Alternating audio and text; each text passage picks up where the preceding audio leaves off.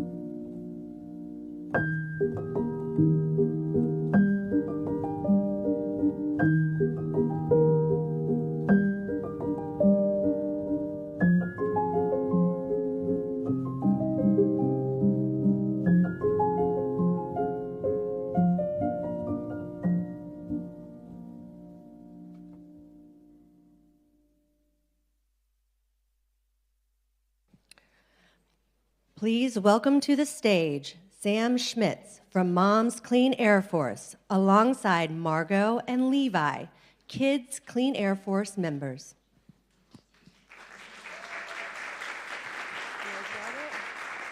Okay.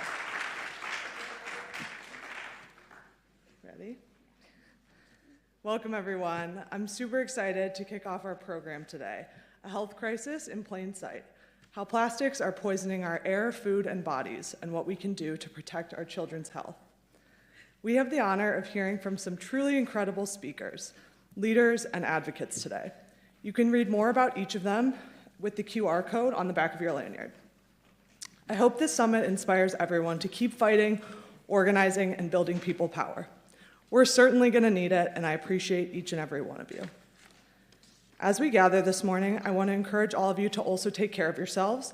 There's food in the back, there's a restroom around the corner, and you can step into the hallway at any time. But just a reminder that this will be live streamed, so just be quiet in the room and be mindful of the cameras.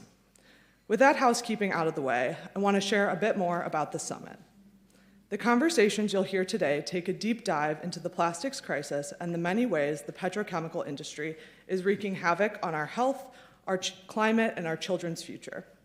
You'll hear a lot about environmental justice, or perhaps more accurately, environmental injustice, which is magnified and perpetuated by petrochemical and plastics buildout.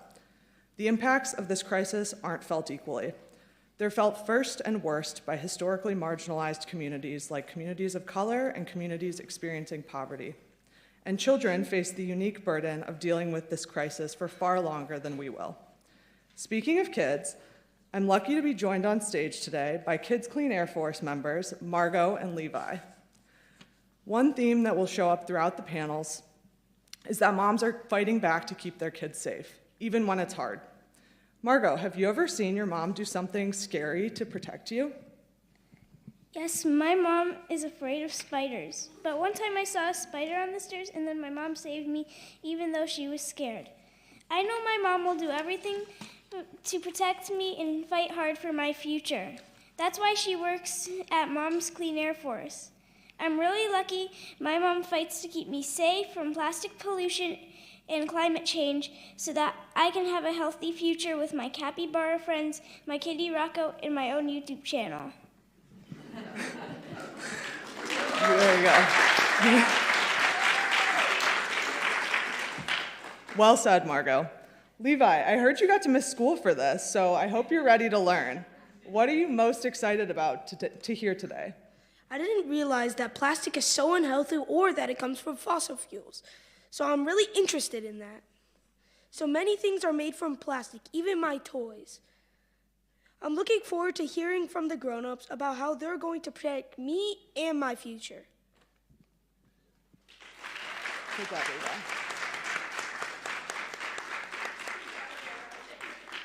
I'm excited to hear about that too, Levi. Before kicking off the program, I want to give a huge round of applause to Margot and Levi, of course, but also to all the Mom's Clean Air Force staff and field, National Press Club staff, and all of you in the audience for making this summit happen.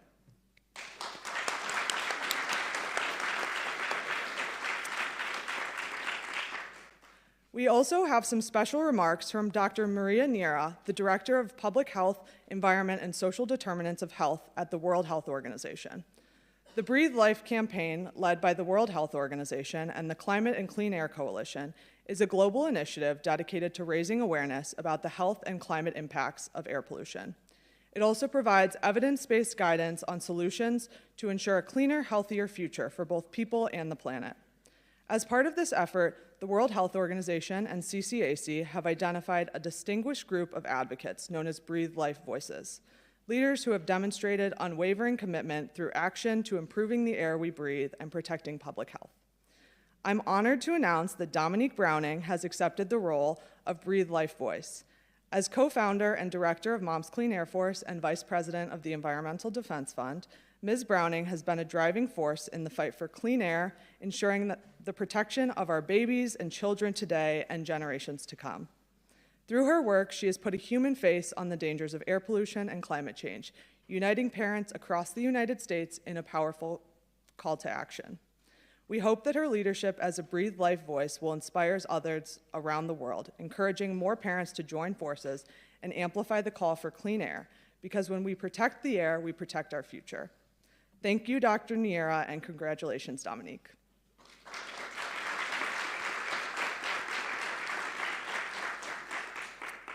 Now, I'd like to welcome to the stage Alice Park, Senior Correspondent for Time Magazine, and Dr. Swan, Environmental and Reproductive Epidemiologist and author of Countdown. I hope you all got her book on the way in, and we're excited to hear from them both. Okay.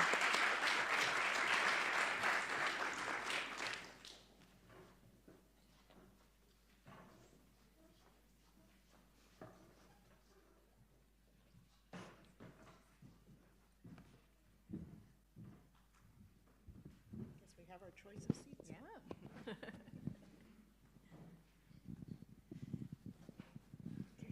Thank you, Sam. I really appreciate that, and really appreciate being here this morning. Today we are here to discuss the role of plastics in health, and we've got our marching orders from Margot and Levi. And I can't really think of a better way to kick off the discussions today than a conversation with you, Shanna. You have dedicated your career to studying the ways that plastics can affect our health, particularly our reproductive health. So let's go back a bit and hear from you about what got you interested in this area of science. First of all, great to be here with you, Alice, and thanks for the invitation. Wow, I come from a really, I have a weird background, right? And came out of, being a child actress. Nobody probably knows that, right? And then gradually was a math major, became a statistician, and I I became epidemiologist, biostatistician for Kaiser's program on assessing the risk of oral contraceptives to women's health. And that was a real game changer for me, because there I was meeting endocrine disrupting chemicals, which oral contraceptives really are, and also entering the field of health and women's health and reproductive health and so on. So it just plunged me right in, and after that I thought, wow, that's pretty interesting. So I would say that was the first thing that really kicked it off.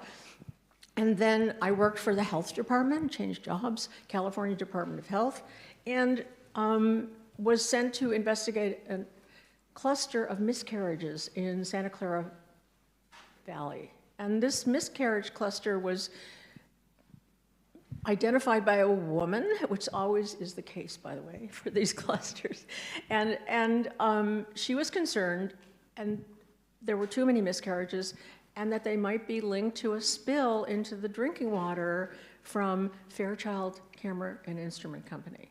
And that was what I was investigating. So that got me into working with communities and working directly with environmental health and the dangers of these chemicals. I won't take you through all the steps, but when I read a paper in 1992 that sperm count had declined at the rate of 1% per year for 50 years, that this was potentially really important. And people think 1%, that's not very much. I asked them to think about if it was IQ that had dropped 50% in 50 years, okay? Think about that. That would be, everyone would stand up. But 1% in sperm count didn't sound like very much. So I went into that. I spent many years trying to make it go away, because actually I am a skeptic, and I thought, well, that's probably not the case. Probably they counted it differently. Men were more obese, they smoked more, they were more stressed, all these things that could, and I couldn't make it go away. After a year of hard analysis, the slope had not changed to the first decimal place. So this was pretty solid. I kept trying to make it go away, and when I couldn't, I thought, okay, now I have to look into this. So I began to think of what could do this. It couldn't be genetic. It was too fast for genetic, so it had to be environment. If it was environment, well, then we should be able to see that by differences in sperm count in different places, right? So I did a study, and that's what I do. And what we found was really pretty dramatic, that men in Minneapolis, who were big city, urban, had twice as many moving sperm as men in Columbia, Missouri, agricultural. Okay, so this was huge, 50%, just think about it, half as many moving sperm. What could it be? You can guess. This is an agricultural area. So I looked at the samples. Yes, there were 5 pesticides we found associated with the men's sperm count. And that was the first study that really, I think, clinched the environmental causes of decline in sperm count. Europeans did also a wonderful study. And so there I was launched on the sperm count adventure.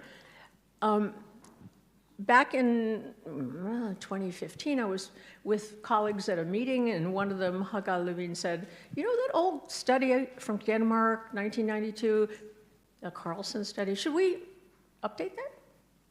So, And that study involved, tell us a little bit more about yeah, that the study. update, yeah, or the Carlson, which. The original study. Oh, the original study, the Carlson study, was the study that sort of gave the wake-up call to everybody that sperm count had declined 50% in 50 years. But it was not, it had problems because the methods of meta-analysis hadn't been figured out by then, it hadn't been published, and they did a good job, but they left the questions that I spent years trying to untangle. But when we decided to look at this again, we pulled in all the new methods that were available, including meta-analysis, and did the largest such meta-analysis ever done. And maybe some of you know the answer, that published in 2017, that yes, sperm count continued to decline 1% per year, and that was pretty dramatic. And that, by the way, was what led to an agent calling me and say, would you write a book about this? And that's Countdown. So that's how that happened. And then I just want to update you, because many people know that, but not the update. So we decided then to update that and see what happened since that paper, since the end of that data collection period. And we fast forwarded and found that the rate of decline after 2000 was no longer 1% per year. It was over 2% per year. So the rate of decline had increased dramatically. It was hard to think about decrease, increase, but decline increased, right? Faster, twice as fast. And we also found that this was in the whole world. So there I was, we knew that sperm count had gone down all over the world, rates were increasing. What could be doing this? And then there's plastic, right? So how did that come into the story, right? So I'm sitting on a plane with my friend John Brock from CDC, a chemist, and he said, Shanna, you should study phthalates. What are phthalates? I never heard of them. You hadn't heard of them before. Never heard of them before. And so we had a long trip, and he told me that CDC had shown that phthalates were in pretty much everybody in the United States, including pregnant women, 1. 2, that in the National Toxicology Program, where they studied phthalates, they showed that when a mouse mom is pregnant, that her boys, her males, are born with genitals that are not completely masculine. They're under-masculinized. So this is huge, as you know. And what happened to them? They had smaller genitals. They had also a smaller, what's called anogenital distance, the distance from the anus to the genitals, which turned out to be pretty important. And so I heard this and I thought, what about humans, right? Mice. And nobody had looked. So we looked. And how would you do that? Well, the mice, you know how much phthalates they got because they gave them the phthalates. But for the moms, how much phthalates did they have? How would you know that? Well, it turned out you could know that by looking in their urine if you happened to get urine when they were pregnant. Okay? You with me, right? Okay, so we happened to have, from that study of sperm count, the samples of women when they were pregnant. And so we could go back and look at their phthalates. That's step one. And then what about the other end? Well, we had to have the babies. So we brought back the babies, we measured their genitals, and we found the phthalate syndrome. So this was a pretty big news, because now we had shown that in humans, low levels, environmental levels of phthalates, which we now know are in huge numbers of plastics and creams and lots of things we put, cosmetics and fragrances and on and on and on, that these mothers who were exposed, without any knowledge, produced males who had these changes in their genitals. The next question was, well, does it matter? Right? So you have a little change in your genitals, a little smaller, a little this. Does that matter? So how do we answer that? Well, these are babies. We can't ask how are they going to function, what is their sperm count, and so on. And then we use something that came out of the animal literature, which is that when you're born with smaller genitals, particularly smaller anogenital distance, then that's yours for life. It's like, I have very small hands. I've always had small hands. And you all know that your body size, proportional to your height and so on, remains the same. So we took that hypothesis and said, okay, then let's look at adults and see what their anogenital distance is. So we did that in college students in Rochester, and we found that if that distance was smaller, sperm count was lower. There was a strong correlation, okay? So then we had gone from the mother's exposure to common, chemicals they met every day when they were pregnant, to alterations in their son's genitals, and then to their son's sperm count. So we closed that loop, and then we repeated it, because you have to do it again. So this is, the issue of sperm count has been something that, there's some water right here. Yeah. The issue of sperm count has been something that people have been looking at for a long time, the decline, right, and issues in fertility. And a lot of what you do seems to be detective work, to trying to work backwards from that and say, what could be contributing to this trend? And you've identified clearly one very important factor that could be even driving it. How do you make that determination between, a lot of what you do is epidemiology, looking at correlations, finding trends. How do you determine that, for example, a decrease in sperm count, decrease in fertility, let's say, is connected to exposure to something like phthalates? And how do you narrow down and say this is perhaps one of the important factors? I'm sure you probably can never say it's the factor, but how do you find those, sort of key drivers from everything that we're exposed to, everything that we do, our behaviors and how we live our lives? So, you're asking about, is this causal, right? Yes. Yeah. And that's so difficult for epidemiologists. But I think the combination of having multiple animal studies, multiple human studies, is what we can do. That's the information we have. We cannot manipulate the phthalate levels in a pregnant woman. That's unethical. We can't do that. We can't. You can imagine, the study that would feed phthalates to pregnant women to see what happened to their children and then follow them. So we have this, this difficulty because we're not rats.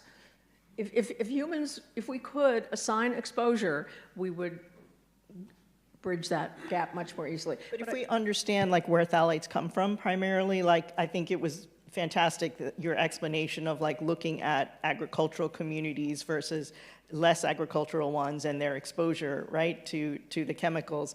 And do we have enough understanding about where phthalate exposure comes from, and therefore could we look at cohorts that perhaps are more or less exposed and look at outcomes that way? That's absolutely what epidemiologists do. Yes, they identify a particular exposure of interest, they see what that is in the population, and then they look at the endpoints.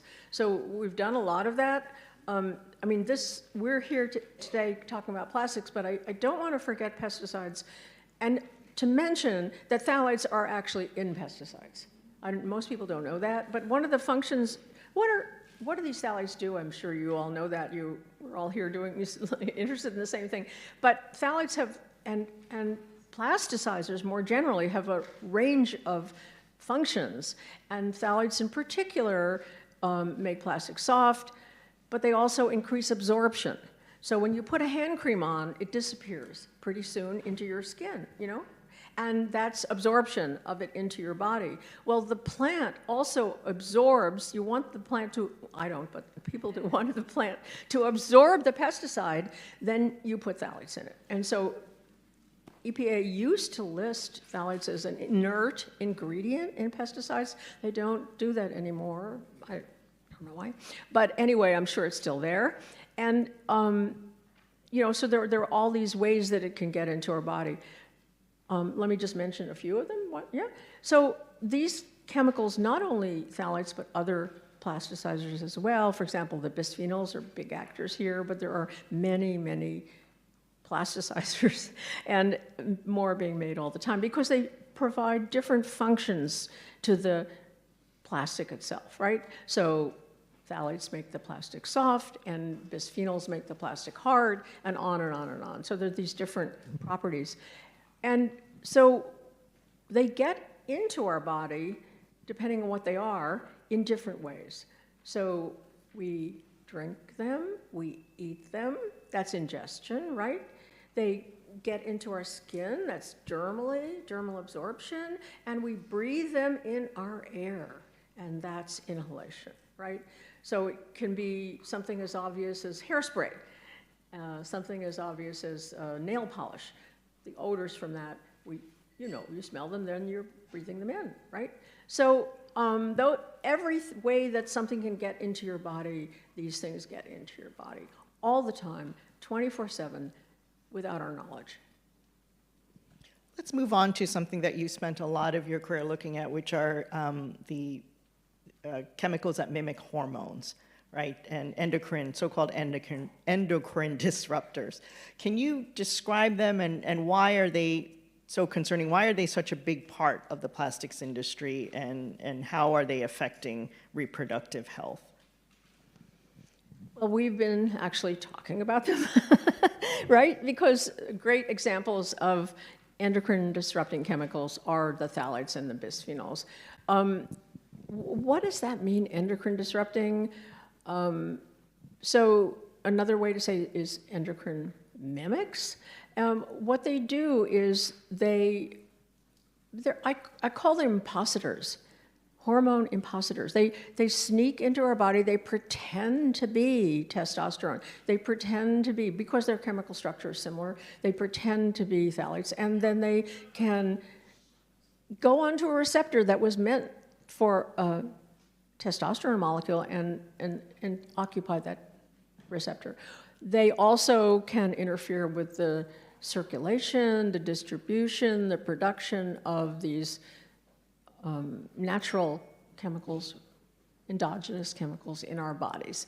And when we do that, our levels of hormones are like, and most particularly I'm concerned about testosterone and estrogen, because those steroid hormones drive reproduction, and that's what but these chemicals, these imposters, I guess you say, are, by mimicking these hormones, they are displacing them in some way so that our natural hormones are not produced. So that would be an anti-androgen, testosterone lowering. It could be an anti-estrogen, although those are not very common. It could also be a pro, and what we see mostly is that means increasing pro-estrogen. And those are really problematic, particularly for women. So things that you know that we worry about having excess estrogen at certain times of our life, for example. And pro-estrogens are are really tricky, and the bisphenol is a pro-estrogen. So that's kind of some of the ways they act, yeah. So like pro-estrogen, having too much estrogen can, for example, be linked to increased risk of breast cancer, Exactly, right? And exactly. other health issues. Exactly. Okay. So it seems that you talked about causality and how difficult and what a challenge it is to go from, finding these correlations and important links and trends and understanding what causes it. When we look at organizations like the EPA and health organizations that set policies, right, for what is quote unquote safe in terms of our exposure to some of these chemicals, what are the thresholds there? If we can't prove causality, where are we with sort of setting the thresholds? Are we doing a good job of that? Has the science progressed, to the point where the policies are really lagging behind in terms of saying, what do we need to raise the alarm or let people know about the risks of these chemicals, even if we don't have a black and white, cause and effect relationship there? So the regulatory system is broken in a way that it fails to protect us. And we know that because we're still buying every day incredible numbers of these chemicals in our, and putting them into our daily life. So if the system was working, we would not continually be exposed. The exposure in the population would go down. It is not. If anything, the opposite. So there's huge forces to continue the use of these chemicals. These plastics are very much in demand. In fact, we have, I would say, a plastic addiction. And this started, I think, at the end of the Second World War, when science was, glorified and manufacturers of high-tech products could do no wrong. And so the regulation has been really inadequate, and some of our speakers will talk about that. I'm not on the regulatory side, but I know... The regulatory side looks at the science, right? And often leans to experts like yourself. That's right. And they push back, and the industry leans on them to push back and say, the science is not adequate. We need to do further testing. We need to X, Y, and Z. But in fact, we have enough evidence, more than enough evidence, to act, and we have had for a long time. And so in some ways, it's a political battle as well as a scientific battle. I'm not sure we need to demand more science. Of course, I love scientific questions, and I'm going to keep working on them, but we don't need that to act. We have enough evidence to act now, and we have had for a long time. And all of those lovely children that were here that were exposed to these chemicals, they needn't have been, given the information that we've had for a long time. Okay. I just want to remind everyone, Dr. Swan will be taking some questions, so feel free to prepare those in your mind as I ask her my last question, which is, what is next for you? What is sort of the next big area of research that you're focusing on right now? I'm extremely concerned, as many people are, about microplastics and the tiny particles that we now know are in every organ in our body. I am concerned about these because they hit us in two ways. They hit us chemically because they carry the chemicals. They hit us physically because the physical particles themselves are invading our organs in the same way, I think, that asbestos did and silicone did, right? So that's an area of interest to me. I am very interested in understanding how to get everyone to hear this message, right? I have spoken in scientific conferences forever, scientific journals, you got it, hundreds and hundreds. But when I was talking to Joe Rogan, I have to say, some people might not think that was a good idea, but anyway, I was on the Joe Rogan, and he was listening, and he said, do you mean that the toxics that we're putting into the environment are endangering the future of the human race? And I said, yes. And then he said, why don't people know about this? And now my work is trying to answer that question, trying to make this message be heard, not only by you wonderful people who already have heard it, but the millions who are totally uninformed. They have no information. They have no idea that they're being poisoned. That's my work now. And I know as part of that, I know you're working with an Oscar-winning director to tell your story and bring your expertise to the screen. Tell us a little bit about that. Yeah, so one of the things I'm doing now is what we call interventions, very short, quick studies, impactful studies. We have an intervention on fertility in which we see what happens if we change people's exposures, change the way they store their food and the implements they use and what they put on their face and what they wash their clothes with and clean their house with, an intervention to change their exposure to these chemicals. And what we're looking at is what happens to their sperm count, what happens to their reproductive success, what happens to their body burden, which you can measure by looking at their urine, not hard. And so Louis Soyos, who's the director of, I don't know if any of you saw The Cove, but he's an Oscar winner who produced The Cove, and he was very interested in this, and so he made a movie. And so 6 couples around the United States, I visited with them many times, gave them their products, talked about how to change their life, went shopping with them, went to the grocery store. I said to one of their daughters, play a game. Let's play this game. See how few pieces of plastic you can put in your shopping cart. That's a wonderful game for kids, right? And everybody else too. So anyway, this film is finished. It's wrapped. It's coming out soon. I can't tell you where and when because I don't know that. And I also am not able to tell you the results of the intervention because I'm sworn to secrecy. But I can tell you. That's what I was wondering about. But stay tuned. You'll know soon. And let's just say I feel good about it. That's all. Okay, something to look forward to. Yeah. All right. If anyone in the audience has questions, please raise your hands. I think there are mics going around as well.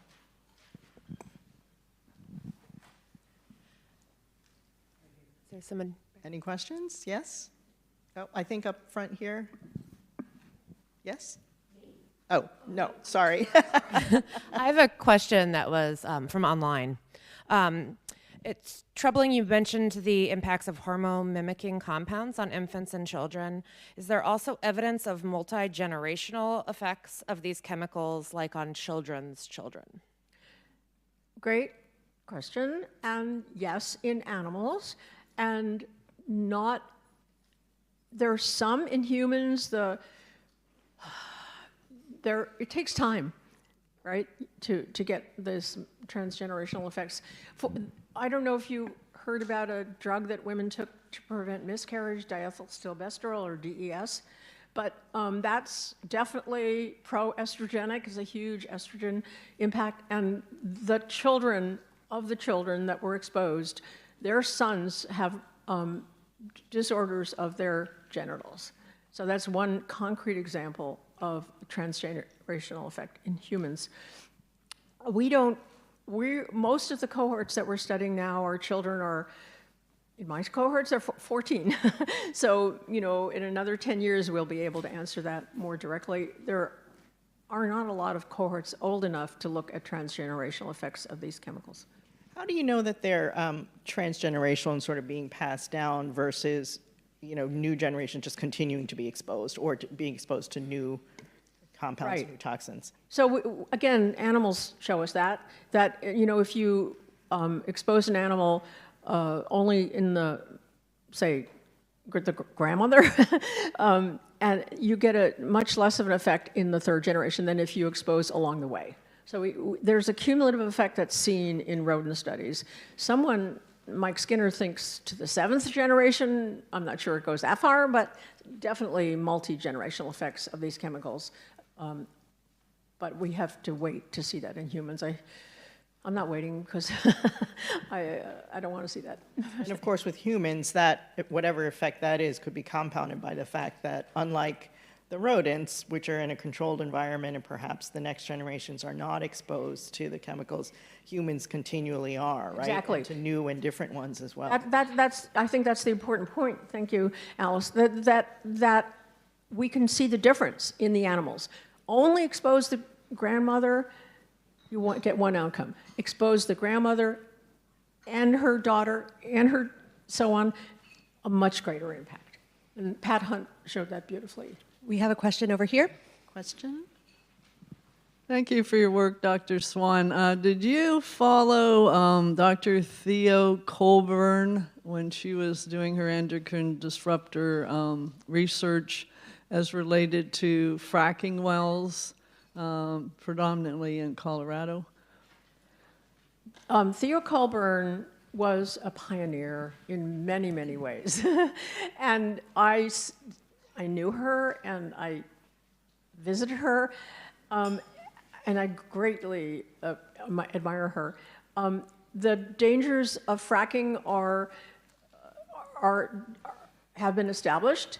I personally don't study those, but I believe the science. I believe what the scientists are showing about the dangers of fracking and other ways of producing the petrochemicals that are actually used to make the plastics.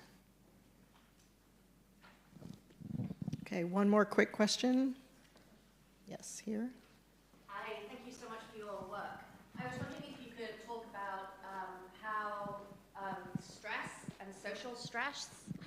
how social stress integrates or interacts with some of the exposures that you've been studying, and whether we have a good enough body of science to be able to say with, sureness, or at least with concern, that communities that face other forms of social stresses are more at risk than communities that are better off, for example, or more protected from social stresses. Thank you. That's a really important question and area, and I think there's no doubt that when the body is compromised in any number of ways, the effect of an additional stressor is greater. And everyone knows this because we've been through COVID, and we know that when people were talking about who was at highest risk, it was the people that were already compromised in some way, right? So it's not a novel idea, but it's something that people don't think about, that communities, people that are stressed in various ways due to their income, their poor food access, their poor medical care, and on and on and on, will be more impacted by these chemicals. And I just want to add that those people are really hit in a number of ways by these chemicals that are worse than privileged populations. First of all, they don't have access to the information as easily. They don't have the financial means to change their exposure. It's more expensive to buy organic food. It's more expensive to buy clean products. It just is, because, I don't know, maybe they're harder to make, or maybe they're just not as sellable. I don't know why they're more expensive, but they're definitely more expensive. And then they don't have the information, and they're more exposed to a number of stressors. So you have higher exposure, less ability to get out, and greater impacts of these chemicals. So definitely there is an equity issue here that we all have to, where everyone in this room is aware of, but the rest of the population is not. Shanna, thank you so much. We could continue to go on, I know, but our time, unfortunately, is up this morning. And I know her book is outside, so we look forward to continuing to learn from your work and your research and your wisdom. Thank you. Thank you, Alice.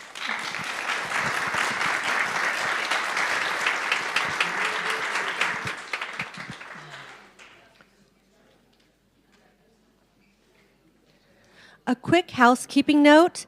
If you're able, please slide in towards the center of your row to make room on the aisles for our late arriving guests.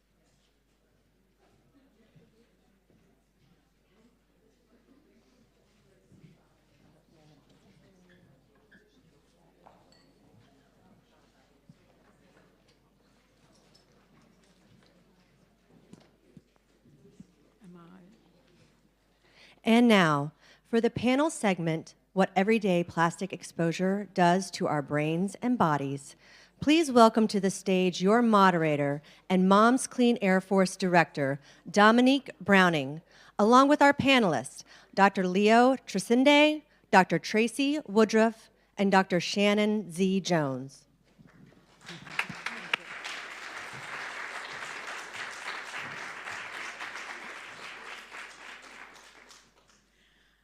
Thank you so much, Dr. Swan. There you are. I think you can begin to see how unbelievably difficult and tricky this problem is. My children, born in the 80s, are part of the first generation to have been exposed to plastics from birth through their adulthoods. The bottles they nursed on, the toys they chewed, the carpets they crawled across, and the fleeces they were wrapped around. We cooked and drank from plastics every single day for years.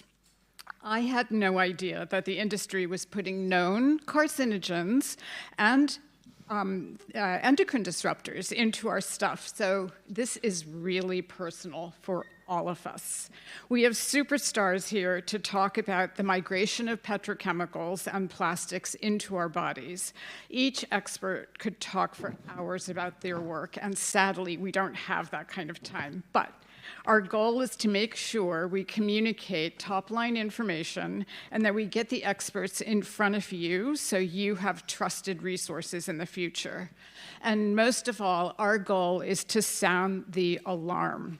We are in a fight against an EPA that is now cruelly and recklessly advertising a free pass for polluters, inviting companies to get in line and get a free pass. We are in a fight to protect our right to clean air. And even more profoundly, this is a fight to protect the laws that set forth that right and make it achievable. In other words, this fight is a significant part of a fight for a democracy that respects law. So with that, just underscoring what you said, Dr. Swan, let's dive into what is happening to our bodies. I'm going to sit with you. Okay. I'm like, where are you going? Dr. Trasande, may I call you Leo? Yes, thank you. Your research examines the health harms attributable to plastic exposure across the human lifespan. Prematurity, cardiovascular disease, reproductive conditions, asthma, lung malfunction, reduced responses to vaccines, autoimmune conditions, it goes on, and of course, cancers. Can you elaborate on this? It just doesn't seem like there's anything left out. Thank you. So first of all, the effects of chemicals used in plastic and plastic more broadly on human health run from cradle to grave and womb to tomb. And it's not all about sex hormones alone. I mean, Shanna set the table very nicely by talking about reproductive effects. But we're talking about chemicals, for example, that shrink babies' brains. Thyroid hormone is crucial for a baby's brain development. The baby relies on mom's thyroid hormone through the second trimester of pregnancy. And phthalates literally have been associated with smaller brain size, explained by the lack of thyroid hormone support. We're talking about something that an obstetrician can't detect, by the way. It's a clinically normal range. Just subtle shifts in that clinically normal range contribute to cognitive deficits, autism, and even attention deficit hyperactivity disorder. 5 to 10% of babies born prematurely in the United States are due to phthalates. I'm actually going to a meeting by the group of researchers across the country called the Environmental Influences on Child Health Outcomes Program that put together that body of research across 5,000 babies born in the United States, largely representative of the United States. Yes, those effects are magnified in certain subpopulations, but everyone is affected by these exposures. These chemicals don't just make us sicker, they make us fatter. These chemicals disrupt basic metabolic signaling pathways that are crucial for maintaining a healthy body weight. So you assume you get a good workout, you have a protein-heavy diet. These chemicals are independent of diet and physical activity. In one study, we didn't talk as much about the fluoropolymer chemicals, which are increasingly getting into the plastic scene right now. A study of adults who lost weight through healthy diet and physical activity measured their PFAS levels in serum, and they found that they gained more weight after losing weight through hard-fought diet and exercise. And they found that the PFAS had reduced the resting metabolic rate. So literally the body's thermostat was turned the wrong way. And then we're talking about endocrine-related cancers, especially thyroid, prostate, and breast, as well as kidney cancer. And that's just based on what we know. And there's so much we don't know. We have 16,000 chemicals that are used in plastic. 10,000 of them, we have no information whatsoever about them. That's a crime. And what we're talking about that we already know in terms of a body count of plastics on human health suggests that this is a real issue. We're talking about disease burden that costs the United States too. Just the plastic part costs $249 billion a year. It's 1.2% of the gross domestic product. So mind you, the plastics industry is a $750 billion a year industry. So I don't really understand at some level how an industry will make $3 off $1 of which is off the backs of people's lives. And I'm not even talking about workers, people who live in communities near these petrochemical and plastic producing facilities that are suffering disproportionate harms. I'll just stop there and happy to go further. We're going to come back to that. It's fascinating. Dr. Tracey Woodruff, you've studied the patterns of childhood diseases and their potential link to environmental contaminants. How does the growth in childhood illness correspond to the exponential increase in plastics industry and production of synthetic chemicals? Tell us about these timelines, how they overlap. Sure. So I just want to pick up on all the excellent information that Leo said and just re-emphasize the thousands of chemicals that are used in plastic. And that's just part of the 40,000 chemicals that are manufactured and used in the United States, which we've seen grow over 15-fold since the 1950s. And plastic production has doubled since 2008. And I think what's so timely about this conference is that it's projected to triple by 2060. So, and there's a lot we don't know, but there is a lot we know. We know that people are exposed to multiples of these chemicals. And we know that, as you said, there's been an increase in all these chronic childhood diseases that Leo just mentioned. So attention deficit disorder, autism, metabolic disorders like diabetes and weight gain, and childhood cancers. And I work at a medical center at the University of California, San Francisco, and we have a center that helps support doctors doing research on environmental chemical exposures. And inevitably, a doctor will come up and say, gosh, I see increasing non-alcoholic fatty liver disease in my patients. That means your liver is getting fat and you don't drink, and that's in children and pregnant women. Those are people who are not drinking. So what we have to be concerned about is it's not genetics.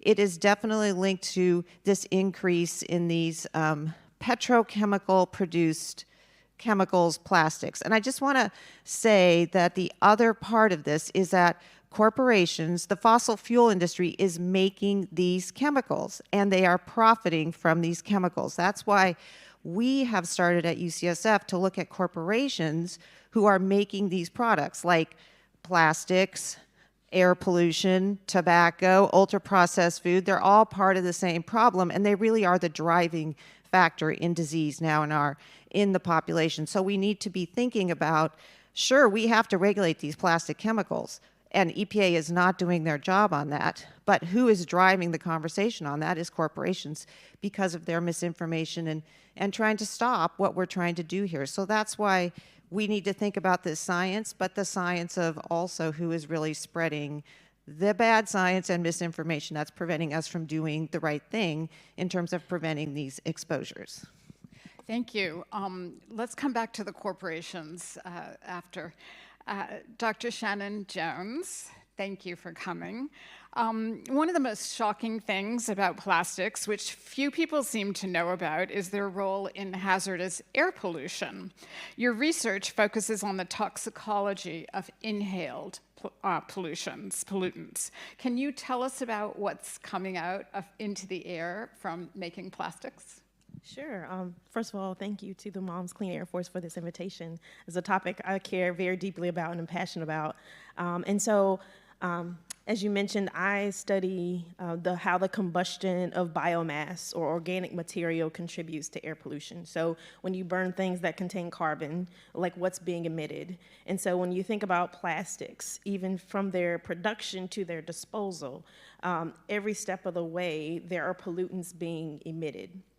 And of course, we know to produce plastic, that requires the extraction and refining of fossil fuels and natural gas. And so from that process, we already know that that produces carbon dioxide, it produces methane, which are greenhouse gases, which are significant contributors to climate change and the warming of our planet. So beyond the impacts on climate change, when plastics are produced and also when they're disposed of through incineration, it's producing things in our air that we can see and things that we can't see. So a lot of gases are being produced in compounds called volatile organic chemicals, or VOCs.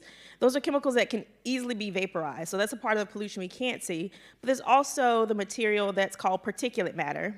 And when I tell students, like when I try to describe what that is, it's the soot in the air that we do see, the dust particles.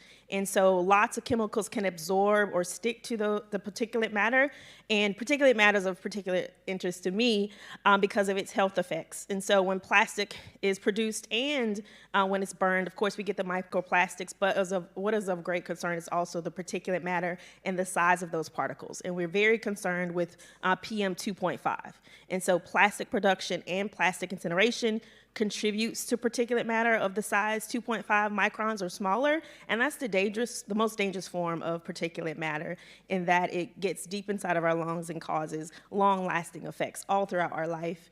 And so in addition to those VOCs and particulate matter, there are also other chemicals that can be released when plastic is burned, like what we refer to as persistent organic pollutants, and they persist in our environment but also in our bodies and cause, again, long-lasting effects.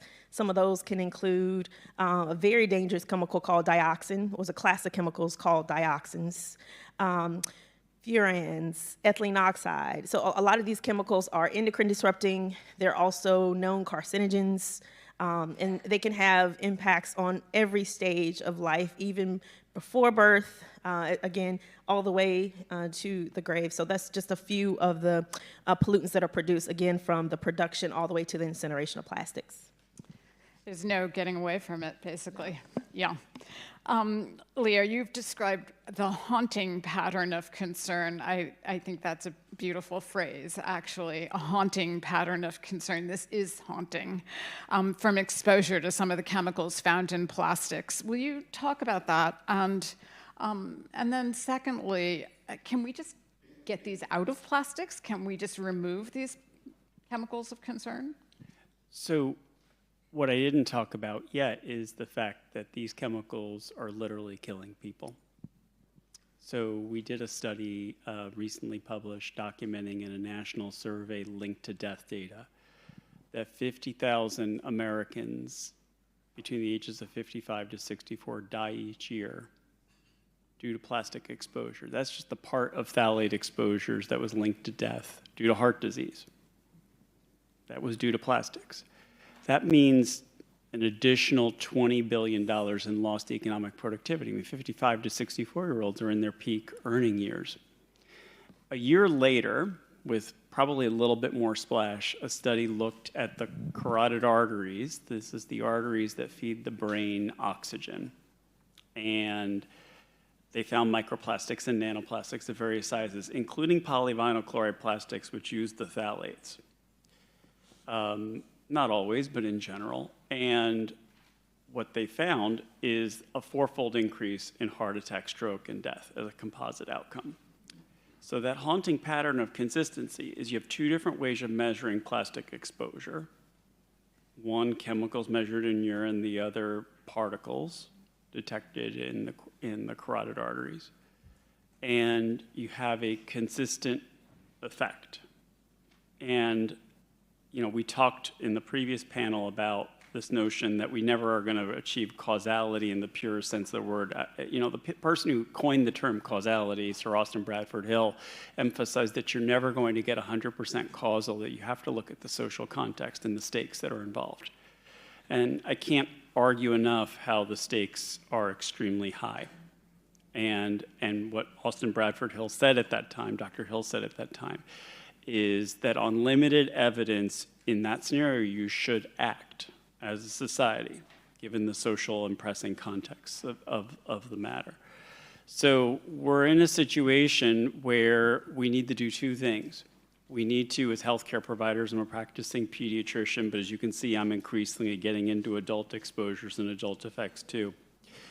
We need to advise about safe and simple steps to reduce plastic exposure. And then we'll get to policy action, which is terribly important too. These go hand in hand. So we need to reduce our plastic footprint. You get on an airplane, before you clear security, you get a stainless steel water bottle or a glass water bottle. You take it through, you fill it up. That might not get you from JFK, I'm based in New York, to San Francisco, but it might get you close. You might bring 2 water bottles. I have colleagues that do that, and that gets them all the way. My mic just went out for a moment. We have to think for a moment about our indoor environments. It's so easy for offices to put that plastic water bottle on the table when the tap is not that far away. And last I checked, it depends on where you live. There are PFAS contaminated water areas that serve 100 million Americans. That's plastic literally in the drinking water, by the way, just to put that point home. So it depends on where you get the water, but those plastic water bottles ironically deliver often tap water, just as an aside, and just add plastic exposure to the font, if you will. So maybe it's time to not just grab that plastic water bottle. Maybe it's time not to microwave or machine dishwash plastic. If you want to invite chemicals and microplastics and nanoplastics into your food, that's a great way to do it. It's time to use stainless steel and cast iron instead of nonstick cooking materials. And look at the recycling number on the plastic bottle. This is a little bit older because most companies have gotten smart and switched out from 3, 6, and 7 on the recycling label. 3 is for typically phthalates, 6 is for polystyrene. Styrene's a known carcinogen, and 7 include the bisphenols. There's some bioplastics in there, but there are actually serious concerns that the bioplastics themselves may have endocrine disrupting and oxidative stress properties. So I could go on further, but that's my elevator pitch on what we can do about it. Let me ask you to go back to the heart and carotid arteries. What's the mechanism? How does that work? So the early thinking was that these chemicals hack hormones or contribute to inflammation directly in the coronary arteries. It's probably a little more complicated than that, particularly with the finding now that microplastics were associated themselves. It's a bit of a chicken and egg question, as Shanna described. It's either the plastics themselves wrecking balls in tissue, literally scraping the carotid or coronary arteries, wreaking havoc. I think you can get the visual. Now, the other thing to think about, which is a little disturbing, is I take a heartburn medicine every day. It's a sustained release. capsule, by the way, and that happens to be nanoplastic based. So there's something we've gotten used to in the healthcare profession. I'm not suggesting we don't use nanotechnology to deliver cancer drugs to tissues when there's direct benefit. We're talking about chemicals and plastics not used for direct human benefit. Let's be clear about the distinction. But there is something to be said that those nanotechnologies that we're using with great effect today are delivering beneficial chemicals to tissues. How are toxic chemicals any different in that equation? It's these nanoplastics and microplastics that are likely delivering toxic chemicals, either additives or, we haven't talked in gross distinction about the breakdown products of plastics and what they really are, monomers or other additive substances, intentionally and unintentionally added. So it's an onion that we're still unwrapping. But again, that doesn't mitigate the severity and urgency of the need to get plastic out of our lives. I agree. Tracey, you specialize in uncovering and addressing environmental factors contributing to disease and health inequities. Will you elaborate on some of your findings in that realm with plastics? Sure. I want to, yes. So I think one of the things that's really important about exposure to environmental pollution is that it is, first of all, we're all exposed, as you heard from Shanna, a little bit from Leo, from all the biomonitoring studies, from the air pollution studies. You cannot avoid exposures to these chemicals. So the first thing I think also is important to remember about this is that sometimes, and people ask me for advice all the time about what should we do, and there are things you can do, but you have to remember it's not your fault because these chemicals are being produced and put out, and they're basically mostly unregulated. And there are populations who have higher exposures either because they live near polluting facilities, and many people live near these polluting facilities, including low-income communities, Black and Hispanic communities. And this is well documented in multiple studies across the United States, some of the data from EPA that they put out about air pollution or data that California puts out about where facilities are located. And it's not just facilities, it's also, do you live near a freeway? And do you live near a or a highly contaminated site? So we know that those populations live closer to these facilities, and there's also populations that have higher rates of disease, including, so this, which we refer to in the medical field or health field as health inequities, meaning there are higher rates of preterm birth, higher rates of low birth weight among, for example, Black populations. And even in some places, what we're seeing now in terms of the trends you're talking about, in terms of concerning trends, is, for example, an increase in maternal mortality. Like, women who have babies should not be dying in the United States, and yet you're seeing that going up, particularly in Black populations, in locations that are both underserved and have higher pollution levels. So that's one. And then the other thing we know is that there are certain products that have more chemicals in them, and some of those products are marketed to communities who are already more susceptible. So I like to think about one such product, so some of these products like phthalates in personal care products can be more marketed to communities. So for example, there are studies that showing Black women can have higher levels of some of these endocrine disrupting chemicals because they're in products that have been marketed to their community. And those are marketed to look a certain way, right? So that's really unfair, and it can also contribute to the health inequities. And then, so I think these are kind of factors that we are just beginning to uncover in terms of how environmental chemicals contribute to health inequities.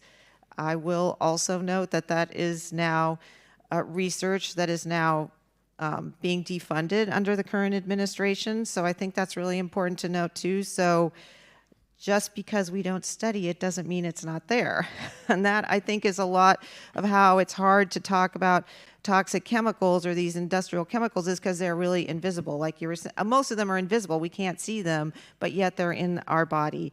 And so I think that's another factor that we want to be thinking about when we're looking at, particularly when we're looking at policy regulations. And I just want to follow up on the microplastics, because we also do work on the microplastics. And I think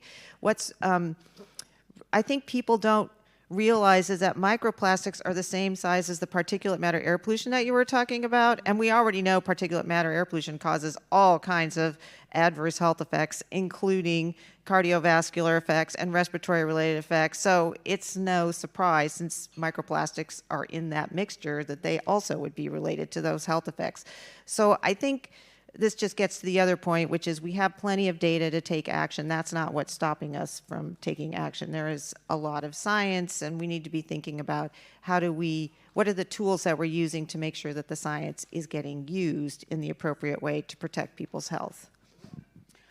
I agree. Let me ask you, can you talk a little bit about why children are uniquely vulnerable? They're developing brains, they're developing bodies. Yes, I think we've had, just to reemphasize the excellent points that have already been made. So this is a time, well, just think about it. You come from two pieces, one from the biological mother and one from your biological father, right? You start off with a sperm and an egg, and you really start off as one cell, and you divide into where we have sitting here. So there's a lot of changes going on, right? All your spinal column develops, and your brain, and your gut, and your arms, and your limbs. So during that change that happens rapidly during the 9 months of gestation and then continues to happen after birth, those changes are both, as Shanna talked about, orchestrated by hormones. So if you interrupt that kind of orchestration, you can send off into another trajectory that maybe you'll have something that you observe at birth, but you may not observe until a child, as Leo talked about, brain, may not observe these effects until a child is older and it manifests certain brain effects, ADHD, for example, or may not even happen until adulthood. Cardiovascular disease can be influenced by the in utero experience. We know that from multiple studies that happened during starvation, that happened during World War II. And there are other things, physiological things that can happen as your body is developing that can just, whether it's hormones or things are so rapidly changing that if you interrupt that or just change the trajectory a little bit, you may end up, in a different place than you would have if you had not interrupted that. And that's why we're seeing a lot of these health effects, because changes are happening, perturbations are happening during development that reset the trajectory, and then that can manifest in these many chronic conditions we're seeing during childhood. Thank you. Shannon, I'd like you to talk a little bit about the exposure of living right in the shadow of petrochemical production. But I also want to add to that, moms and other organizations have been fighting now against this idea of advanced recycling, which is gaining momentum again under this administration. And that's the idea that you basically burn the plastic, and that is recycling. So there's the manufacturing of the petrochemicals, and there is money coming down the pipeline for the building out of a large number of these advanced recycling facilities, which will put even more pollutants, dangerous pollutants, into the air. So will you talk about that? Thanks.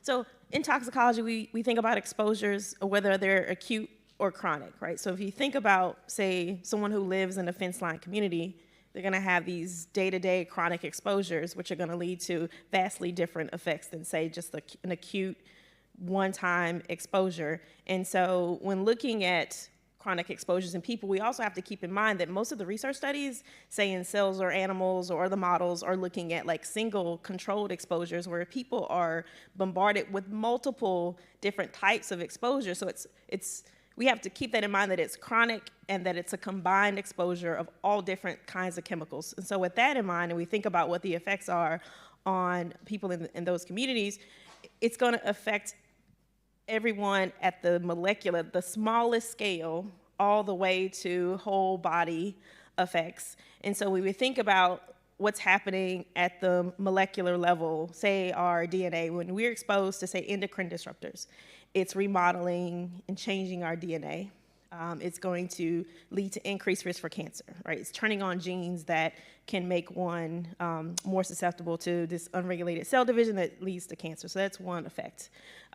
These chemicals also, as Leo mentioned, cause oxidative stress, which the simplest way to describe it is aging the molecules in your body. So it's aging your cells, also which contributes to increased cancer risk and inflammation and inflammatory diseases. And so if we move up in scale, so it's affecting our DNA and our cells, and if we move up to the scale of, say, our tissues, again, the aging of our tissues, I study the immune system specifically, and studies have shown that particulate matter in air pollution, whether it's coming from the burning of plastic or other combustion product, it's going to release chemicals that are going to damage the airways.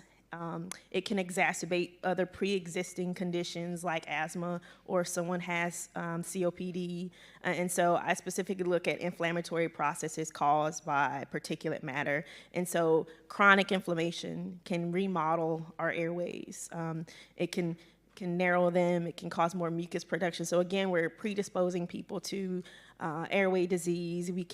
It can increase people's susceptibility to lung infections, right? So you can have these chronic infections happening. And again, this chronic bombardment, it will continue again to the organismal level, so whole body effects. And so it just, and I also want to point out that many of these chemicals are persistent. So they resist degradation not only in the environment, but also in our bodies. And so many of them, once they're in the body, they're not going to be easily excreted, say through urine. They might hang around in adipose or fat tissue. And so again, that also thinks of a childhood exposure. It's going to linger as they mature into adulthood. And so these are going to be chronic, long-lasting effects. I just want to actually ask you to keep talking because you also have a very novel way of teaching. You're known for that. And you take your students on field trips. So talk about that a little bit.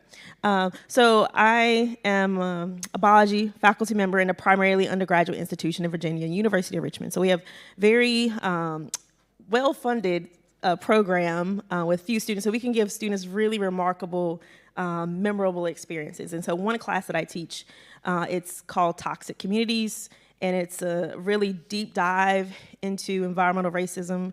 So it's a biology elective that students from any background can take to learn more about biology. So I teach biology through the lens of how do these chemicals affect living organisms.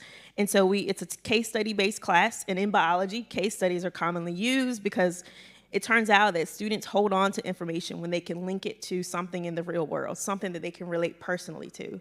And so if you can tell them a story related to the science, they'll hold on to the science.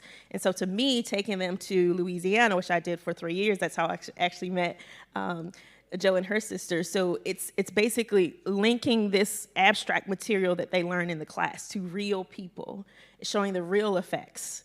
And it's really opening the lens to the fact that pollution is a form of oppression, right? And so I want them to confront that, to think about that. And so the best case is when years after the class, they're like, oh, I saw this on the news and it made me think of your class. And I know they're holding on to the material. And so that's the best case scenario for me. And in addition to making the real world connections, I want to point out that these communities are resilient. They still find joy in the face of this form of oppression. So it's a life-changing experience for me and for my students when we visit fence line communities. We all want to take your class. And speaking of the real world, so Leo, can you talk about businesses and the case you've started making for why it's in business interest to reduce toxic chemicals and plastics? Am I characterizing that properly? Absolutely. So, let me be really clear. The food industry is using what the chemical industry is providing them. Many of these chemicals are getting into food, and I think it's obvious to this audience that the Make America Healthy Again movement is really keenly focused on contamination of foods in particular. And so that's a real opportunity. As much as I appreciate the EPA off-ramp is closed for business right now, the FDA appears to be a vehicle, and HHS in general appeared to be open, at least, to the notion of addressing plastics that get into food. And that's a tremendous opportunity. It's not the whole story. It's a decent part of the story, and we need to focus on where we can make progress and move the ball forward. There are companies that are showing leadership by getting plastic out of food. The bigger companies, I'm not going to get in the business of naming names. That's just not my MO. Some of them are saying things and then not following through. So we need to be looking at an accountability framework. I want to give a shout out to the Ocean Plastic Leadership Network that is really trying to be a neutral convener in this space, try to bring the companies to the same table as the advocates and the non-governmental organizations so we can have positive change.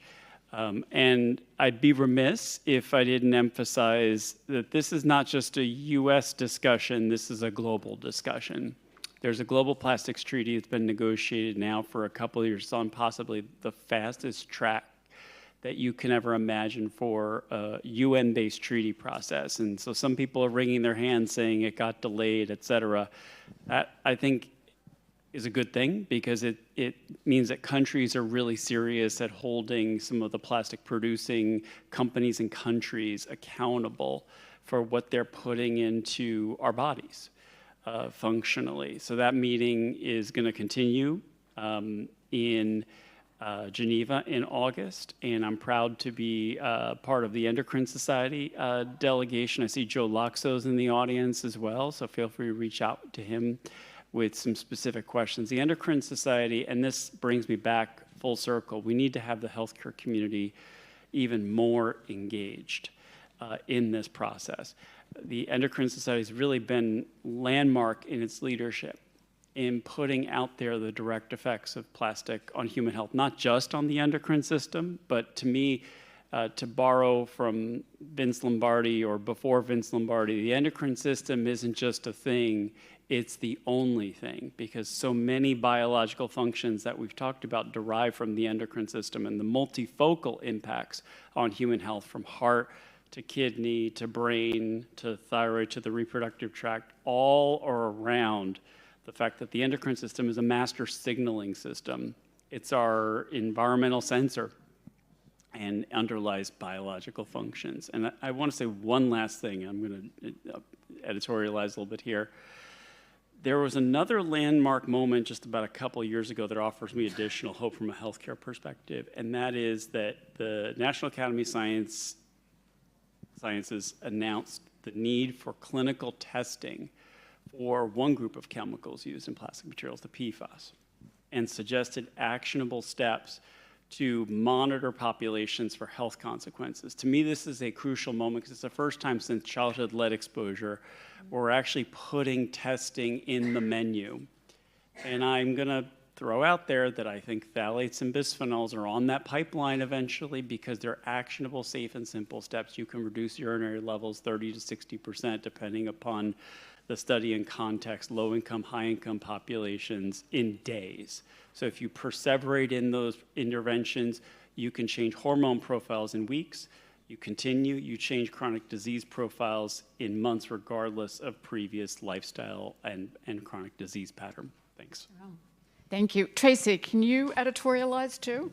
Well, yes, I did want to talk a little bit about the recycling, which is, it's a myth. And I just want to say the great state of California, okay, I'm from California, that's why I love it so much, but they are right now suing ExxonMobil for lying because they said that plastic was recyclable and it's not. So I think what we need to be looking at is holding the industry accountable, because what we're looking forward to is that there will be many documents from this, because we can examine what the industry is saying about their product, what they know, and then what they're telling us. And we know from PFAS, it's just an excellent example, is that the industry knew for decades that their chemical was harmful, and they did not tell us, and they continued to market it. So I think what this tells us is that we need to be really mindful that this is a common pattern, whether it's tobacco industry or the PFAS industry or the fossil fuel industry,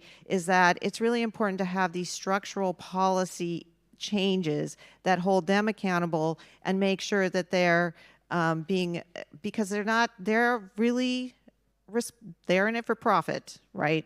And they're responsible to their shareholders. And so this is where we as scientists really need to point out the science, but also be mindful that that's only one part of the puzzle or the problem in trying to address these toxic chemicals or chemicals or plastics that they are producing because they're trying to make money. Right. Well, so top line messages, right? The research, the science, but then communicating that, getting the word out. We need the media. We need all outlets. We need people talking about it, including Rogan. And then the advocacy, our job to make sure that those stories get heard and that we demand action. So thank you very much for an inspiring panel.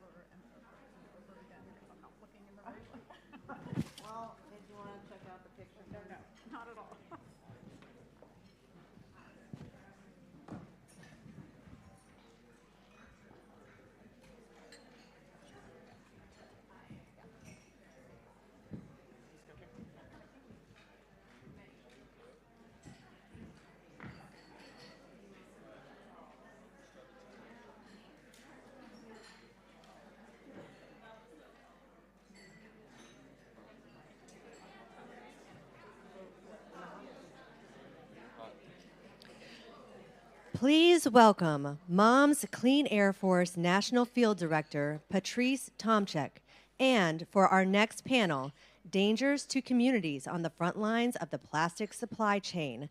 Welcome moderator Osasenaga Idahor, alongside panelists Rachel Meyer, Isaias Hernandez, Joe Banner, and Robin Morris Collin.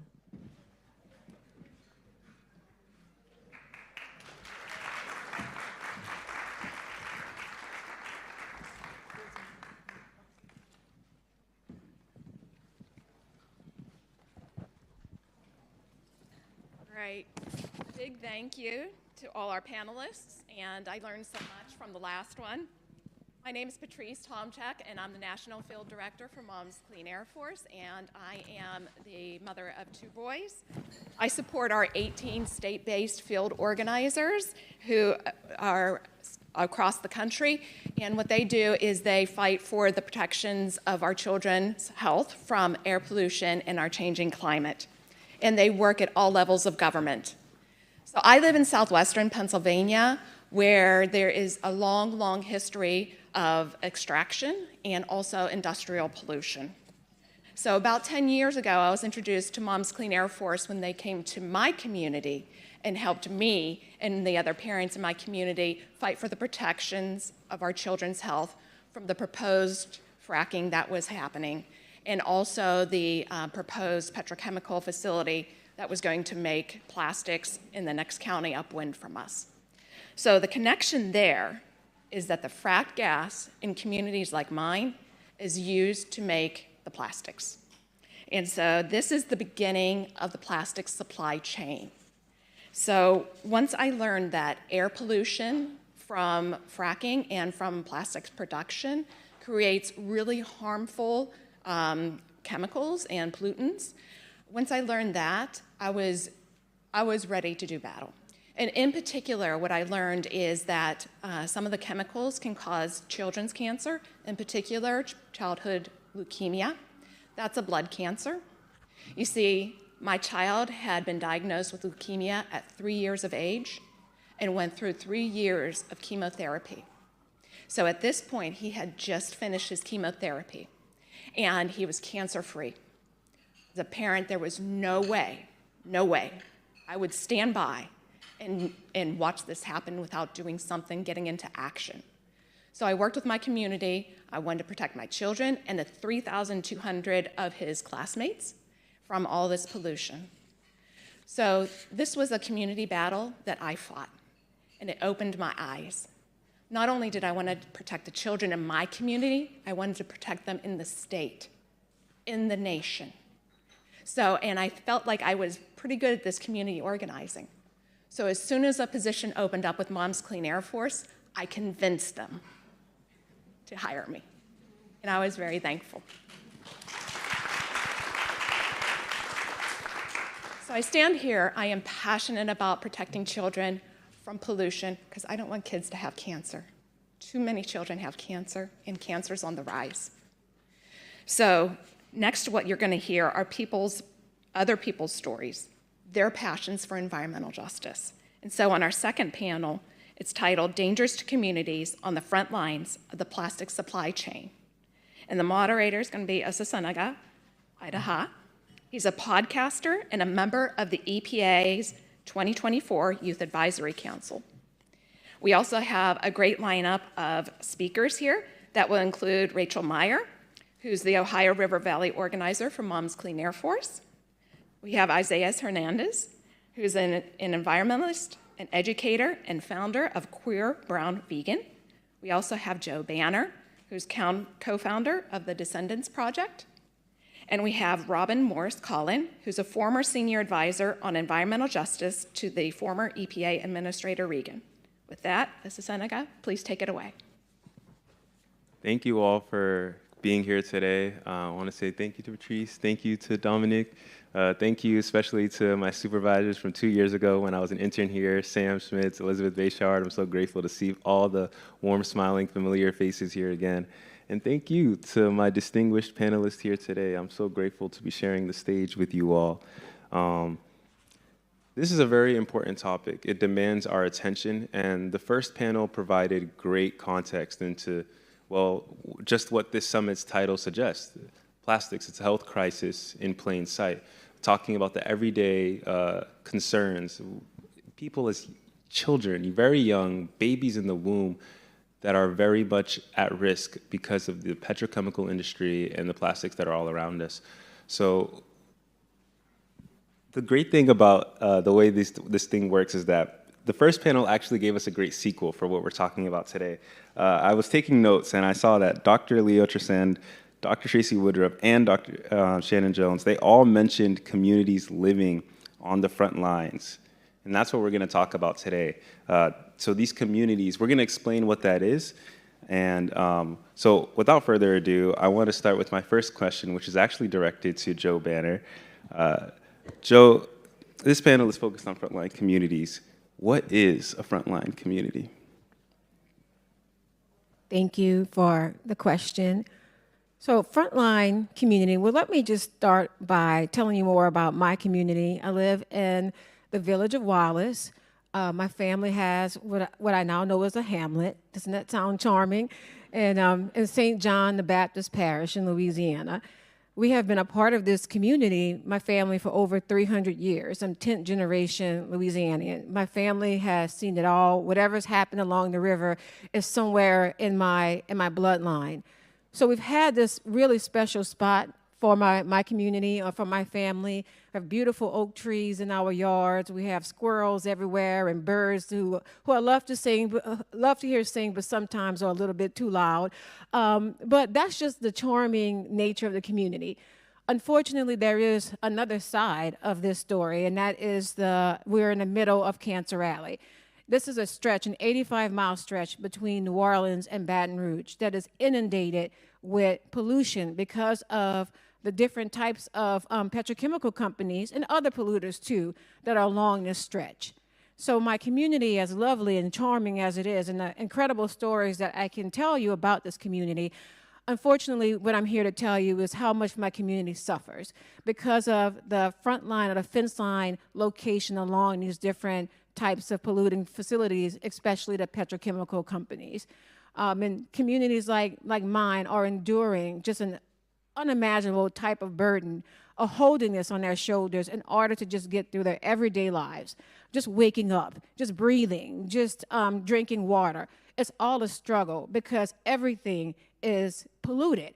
And we are, what's particularly frustrating is that our elected officials are the ones who are telling us that, oh, it's just in your mind. It's nothing wrong. It's your lifestyle. You eat too much chicken. You know, that's the problem, not the plant that's putting out all this pollution next door to you. It's your fault. So it's particularly frustrating when you have your leaders who are not stepping up for you, who are ignoring the science, who are ignoring the lived experience of the community members who are dealing with these different types of ailment.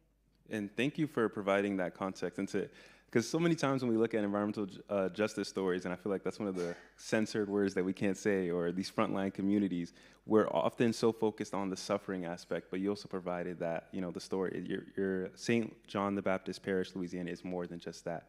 But unfortunately, that's what we're forced to talk about, right? The suffering. So as you talked about that health burden, just waking up every day, being able or having to deal with breathing in and dealing with this environmental injustice going on. Can you share a little bit more about your history, your family with St. John the Baptist Parish in Louisiana? You said 10 generations? Yes, 10 generations. I descend from different groups of people, but mainly from the enslaved Africans who were brought to the area to work the sugar cane plantation. So that is part of our history. You see it. I can't walk out my door without tripping on my roots because they're just everywhere. But our community is one that has endured through many different, through enslavement, through the Civil War, through Jim Crow South.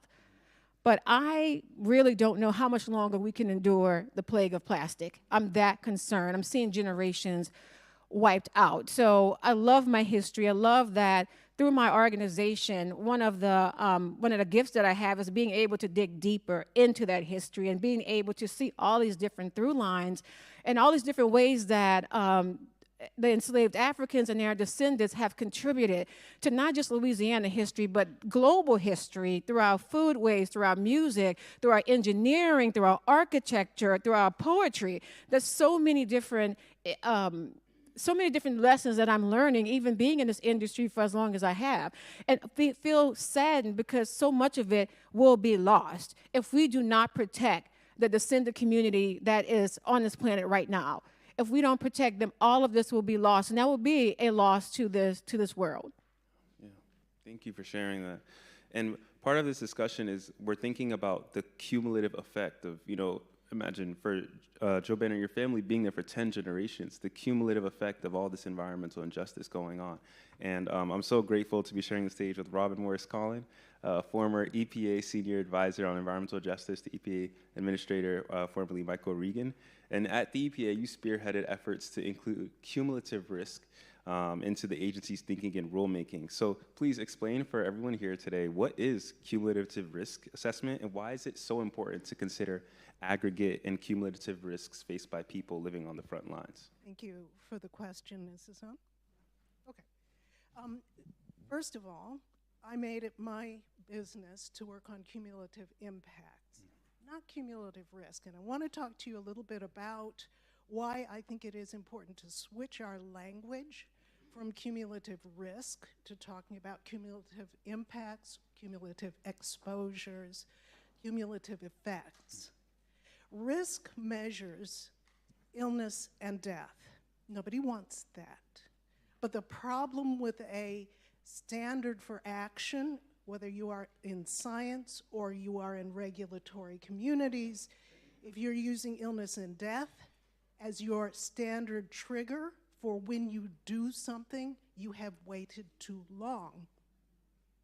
So cumulative risk measures probability of illness and death and how much can you take. And unfortunately, because of the way that we calculate risk, even at EPA, it tends to be single pathway, as if We are exposed to one thing at one time and never multiple things all the time, and they certainly don't talk about social stressors in already compromised communities, and they only wait until you get illness and death, which nobody wants. But as long as illness and death can be corralled into communities that are politically vulnerable, politically underinvested in, then maybe you can ignore that. Here's the bad news. Plastics are ubiquitous. They are respecters of none. It just means that some of us will be the canaries in the coal mine and suffer worse first, but it's coming for you. The statistics about the growth in plastics are absolutely alarming.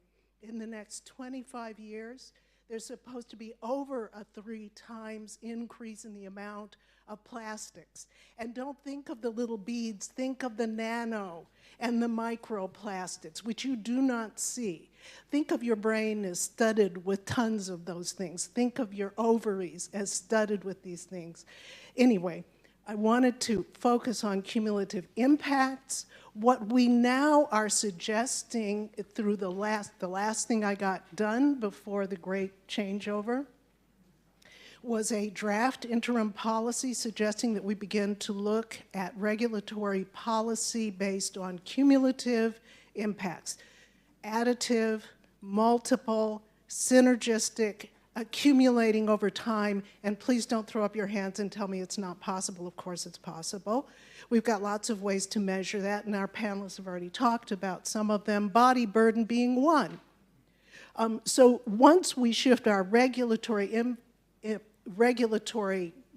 framework into impacts and exposures, we can talk about the cause of these cancers. I respect people who have looked for cures. I myself am a survivor of cancer.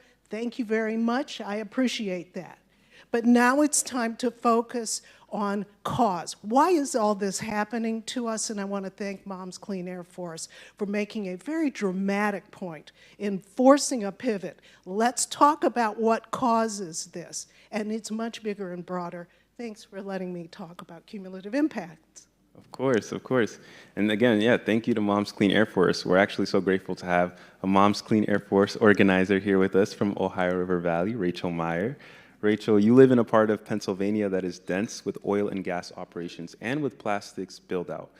Please connect the dots for us between these types of facilities. Yeah, thank you.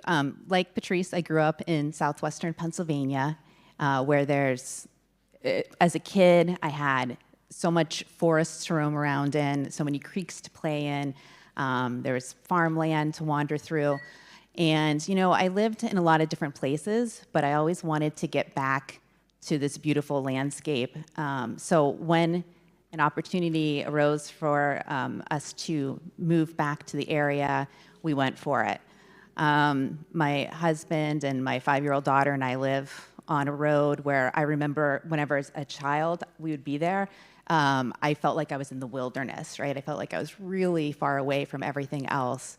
And so we were very excited to move to this area. I did see that there was a swath of the trees and, you know, going across the road and through the creek, a line where they had put in a large pipeline.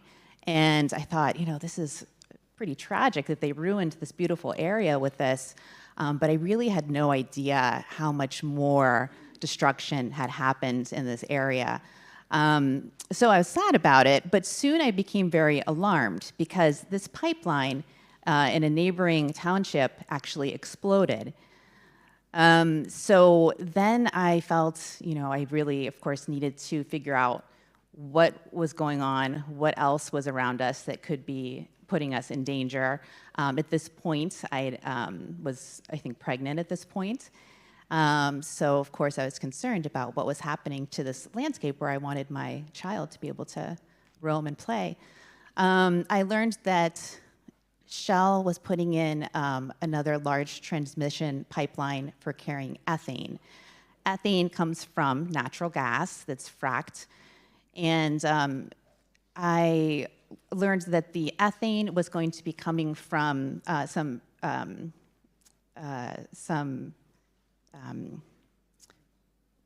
plants that were going to be processing out the ethane from the fracked gas. And so as I explored further in my township, I found that a lot of these beautiful hillsides actually had been, had the trees taken down and the wells had been put on them. The compressor station had been built not far from us, a very noisy compressor station that would keep the natural gas flowing through these pipelines that were actually all over the township.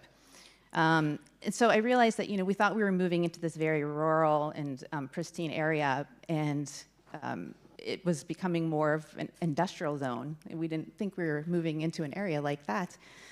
But the plastic, or the process of making plastic, it doesn't just happen in the petrochemical facility, the Shell petrochemical facility that makes plastic near us. We refer to it as the cracker plant. So it's not just happening at the cracker plant. It's happening, it's starting from the fracked wells and all of the build out that goes along with those wells to process that gas, get that ethane, send it up to the cracker plant. So it's really all around us. We're surrounded by it. We say it's like we're living inside a petrochemical facility. With plastic production on track to triple by the year 2050, we're really concerned about what that means for our community. Thank you. So Isaias, similar to Rachel, you grew up around chemical factories and other polluting industries, but in the context of Los Angeles. So please share about that, how that influenced your pathway to becoming involved in storytelling and education on this topic for environmental justice. Yeah, hi everyone. My name is Isaias. I am an environmentalist, but also a media creator online. So a little bit background on my journey is that growing up as a first generation immigrant kid from parents from Mexico, they relocated to Los Angeles in the San Fernando Valley region, which is Silmar, California, which is a low-income community. And I grew up in poverty my entire life. So for me, I remember growing up in Section 8 housing. So from the inside of my apartment home, I was exposed to like asbestos, lead paint. My parents never wanted to complain about that because they felt that, they're afraid to get kicked out. But internally, my parents did a very good job of limiting plastics in our house. Like my mom would, scream at me if I tried getting a 99-cent store plastic toy, and she's like, they have lead, like it'll hurt your head. So, she did a really good job on that. But when it came from the exterior side and learning about my environment is that I was on San Fernando Road, which was one of the longest roads in Los Angeles. And I was one street away from the large train tracks that crossed across California. So from being exposed to freight trains that usually expose high particulate matter to the Metrolink to a street above it was where all the chemical facilities were and manufacturing facilities. And I remember growing up as a kid seeing these two large pipes from the one of the chemical facilities always releasing something. I was always wondering, I wonder what it is and what it's doing. And I remember in the summer when my parents, since we didn't have any AC and we had poor insulation, it would get very hot inside, we turn on the fan. And I remember every morning waking up with burning eyes, but also a burning throat. And I thought, maybe, I was, mouth breathing or something. And I remember, that really informed me as I got older. When I was in high school, learned about environmental justice, and my teacher said, your zip code determines your health and your class. And I was like, what do you mean? And so when I studied environmental science at Berkeley, became an environmental scientist and learned more about, what toxic pollution can cause for not just, your brain, but also your bodies and your other parts. That really got me invested in understanding the ways in which communities are really understanding the impacts. And I guess when it comes to storytelling now, one of the ways that I use media and climate media specifically is talking about my chronic illness that I have today. For the last few years, I've been battling a series of really on-site of health issues. And, dealing with the U.S. medical system, it is very hard when you're only 28 and you're having to see 8 doctors, from immunologists, cardiologists, pulmonologists, rheumatologists, neurologists, to really test out these different things that you have. And I've only had one doctor ask me, what was the environment that you grew up in? And I've had other doctors just tell me, you're young, like you don't look sick. And just let me remind everyone, disability is on the spectrum. It doesn't need to look a certain way. Or doctors just saying like, you're able to walk, you're fine. Or do you smoke? Do you drink? I'm like, I've been sober for a decade now. It gets to you in terms of like sharing that personal story. And really, I think that there's so many communities out there that have similar stories of me, of saying, when did I become sick, and when was I exposed at such a young age that all of these toxic accumulants that I was exposed to is probably a result of where I lived in my home environment. Thank you for sharing, Isaias. Robin, I have a question for you. Plastics are made from oil, gas, and coal, and the plastics industry, as many of us have heard by now, is on target to triple its production by 3 times, so triple 3 times by the mid-century. What will the environmental impact of this be, and who's going to bear the brunt of this impact? Thank you. We need to look at the life cycle of this product: production, use, daily use, and disposal, those 3 branches. We're talking about more than tripling the amount of plastic that exists in the next 25 years. So every single one of those branches will swell. Production means oil and gas and coal, fracking, all of that. Use, we are just inundated. Try an hour without plastics, right? Daily use. And then disposal. And don't buy into a false solution that somehow burning is going to fix this. It's going to make it worse. And it's going to be 4 times, closer to 4 times in the next 25 years. At every stage of that life cycle, poor communities, Black communities, brown communities are much more exposed. And within those communities, children, because of their smaller body size, maternal health, prenatal health will be much more impacted by this swelling of the use of plastics. It's beyond ubiquitous, it's oppression of all of us, and that's one of the important things I think to stress about this. Environmental justice communities, poor communities will suffer first. Kids play with toys. We want to give them toys. If you're poor, you don't get wooden toys, you get plastic toys. If you live in a food desert, there's not fresh food, so you're going to get plastic in your food, on your food. And what we're finding is this plastic, nanos, microplastics in mother's milk, in baby's bones, and that will get 4 times as bad. We need to ask, what does that mean for all of us, especially the people who are most exposed? And again, I applaud the scientists and the clean air activists who are saying, we have got to look at the cause, and we have got to mobilize ourselves around the causes of these things. And that mobilization, I know, is hard because there used to be an organization called the EPA and the CDC and other government regulators who we could call, that we could call upon. Now it's us, and we have to be the people we've been waiting for. And I salute the moms that are here and in the office. You're the ones we've been waiting for. Where's our children who got up and spoke this morning? Thank you. Thank you, babies. We've been waiting for you. And they're the sparkle of hope that I see, because it was, I think, a 13-year-old girl who was doing an experiment that showed mealyworms eat styrofoam. Go, mealyworms. You have to be 13 to look at them. Thank you. The next question is for Joe. Joe, as the co-founder of the Descendants Project, focusing on the intersecting histories of settler colonialism, enslavement, and environmental degradation in the Louisiana River parishes, please connect the historical dots for us with how this whole discussion relates to the petrochemical industry and build-out. Okay, thank you. I would like to share a few statements with you, and you've probably heard these statements before, no matter what role you play in this world of plastics, we'll call it that.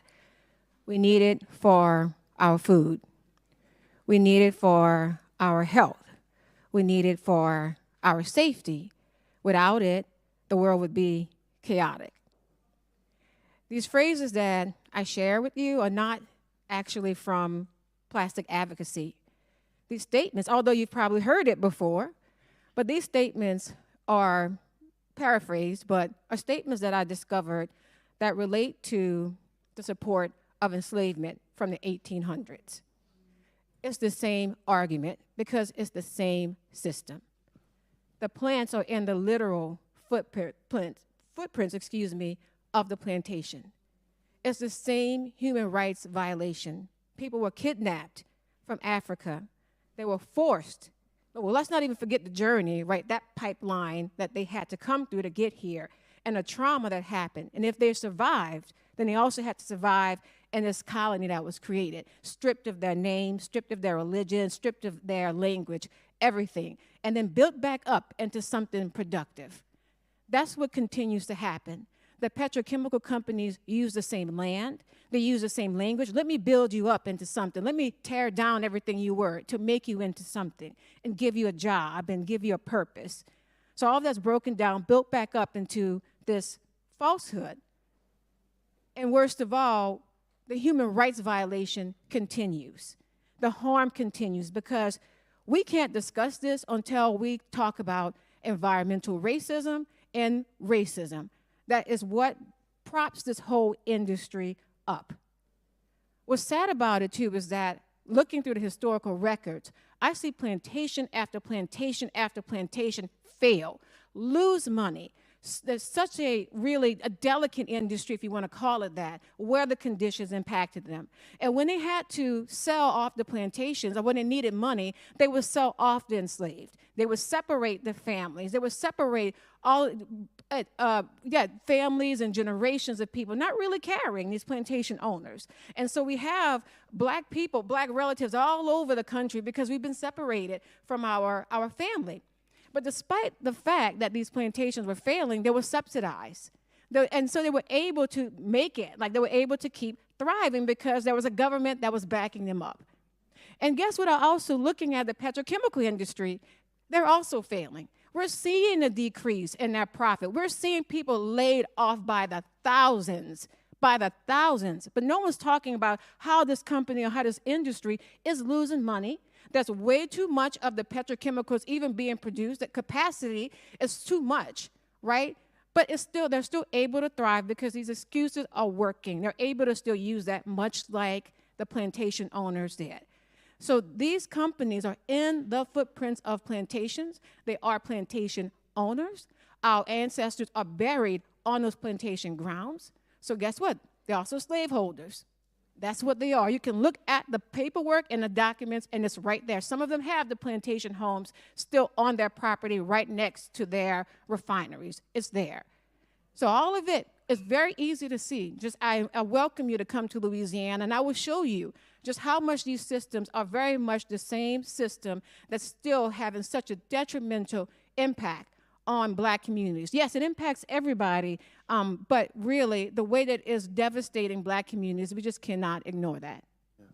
Thank you so much for that. And I want us to really, as we launch forward to this next phase, which we're going to be talking about all the great things you guys are doing.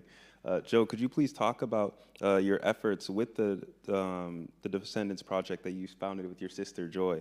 How have your efforts to zone your area as a historic landmark rather than for heavy industry and petrochemic build-out turned out for your community? We think it's important as these plantations have been recognized as national historic landmarks, as national historic districts. that the descendant communities that built the plantations, that endured so much or were forced to endure so much because of these systems, they should also be recognized. And so we're fighting to get this history, we're fighting to get this culture protected, not just to block out industry, but to keep what we have. And the National Park Service actually designated us as having National Historic Landmark eligibility, which is 11 miles through Cancer Alley. The National Park Service actually conducted a research 2 years and came with this report. However, this year we were told that the National Park Service they erred in this eligibility, so the letter was actually revoked. So now, once again, here we are, although we know what our history is, but our government was not validating the history that's there. And it's really it's sad because it's important to us, but also, it's also an industry. Heritage culture and tourism is something that many people, it's a big driver of our economy, especially within the river parishes in Cancer Alley. So we're actually stopping a way of making money, making a safer and healthier way for members of my community like mine who need that pathway. That's being eliminated, and it's often not subsidized. So in St. John the Baptist Parish alone, tourism brought in $80 million. $80 million. And our tourism bureaus are going all over the world to promote the beauty and the culture and the history of our communities. Yet at the same time, the people who want to destroy that, they're getting the support from the government as well. They're getting the subsidies. They're getting all of these resources so that they can continue to harm us. It's but even we understand that there will be moments where the government will work with us, but we're also very much prepared to move forward without them. And unfortunately, this is a case where we will just have to move forward, doing the best that we can, being there for ourselves, as you mentioned. Thank you so much. Isaias, I want to turn to you. Clearly, we're dealing with long legacies of racism and environmental injustice here. As a young person, from one to another, one is inspiring to see you here. Two, I have two questions, actually. How do you build intergenerational advocacy that fights back against this harsh reality we're living in? And the second question is, how can we work together to build power and expand coalitions, specifically at this time where we find the government dismantling a lot of things and disappointing us when it comes to clean air and climate protections? Yeah, no, I love those two questions. I think when it starts from the beginning is that, my role as doing climate media is recognizing when I'm working with environmental justice elders or environmental leaders is the importance of the media landscape today. I know our first speaker talked about, being on the podcast with Joe Rogan, but, I think everyone has seen the graphic of the media matters, that right-wing media is dominating left-leaning democracy, pro-media. And, in the climate environmental space and my independent platform that I've been able to build through scratch is really recognizing how much of the left really demonizes creators like myself, but also the way that I'm stripped from my title. Like, I'm not an influencer. I am a formerly environmental scientist. I'm a writer, and I have very large experience doing environmental justice work too. And I think that if we're not able to really tell stories that actually not just capture the traumatic experiences that all marginalized communities have gone through, but also showcase the figureheads in these spaces, then we really are risking losing those narratives to actually build power, other than having these events where we go and we don't see ourselves represented, we don't see those narratives being represented.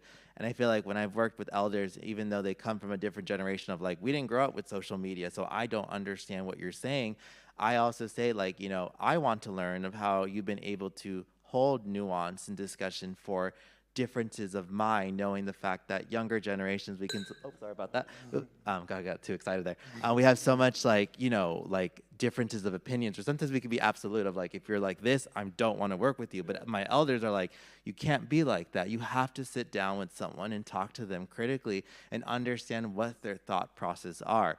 I think that, being able to mobilize such large audiences of young people is that there is such a huge craving and desire for young people to not just get inspired, but also to take action. And I think, you know, one of the ways that I've worked with a lot with local environmental justice organizations in my town is teaming up with them to do events. So like I have all the audience of young people from working class citizens to parents that want to get mobilized. I don't have the infrastructure from a nonprofit to provide them the pathways of what they have to do. So why don't we actually work together versus organizations and foundations seeing us as a bit irrelevant or not needed when right-wing spaces are doing an excellent job organizing those people. And it's, I know that we don't want to admit that. I know we can say bots and, you know, they buy their followers, whatever, like maybe they do. But, you know, like, I think so they do. But, you know, like they have that strategy. They have people investing in their storytelling. So I don't see the reason why we shouldn't be doing the same. And also how underfunded this career is. Like I've lost 3 contracts from foundations on environmental justice storytelling because they came back to me and they said, our higher ups don't want to do these types of stories anymore. And just lost. And I'm just a microcosm from the larger sense of nonprofits who have told me that their funding has been cut to do storytelling. So again, we are in this very survival mindset, and I think there's a lot of opportunities for young people and myself to work with organizations, journalists, like, you know, media agencies to produce these stories together. Thank you so much. Rachel, turning to you, as an organizer with Moms Clean Air Force, you work in many coalitions fighting the build-out of petrochemical production, processing, and disposal facilities in the Ohio River Valley. Tell us, what's been working? Yeah, well, it's building community is so important, changing the narrative, right, from what the industry is telling everybody. And yeah, we've had some success in preventing some facilities and also holding those that we have accountable. I mentioned before about Shell's petrochemical facility that's just north of me. I said, you know, how we call it the ethane cracker plant. I should include ethane because we really have worked hard to make it so visible, that connection between the fracking around us and all of the polluting infrastructure that goes along with that. And you know, that's how they get the ethane, which is the building block of the plastic that is, you know, we call it the cracker factory because the ethane molecule is cracked there and forms polyethylene, and then that can be made into plastic.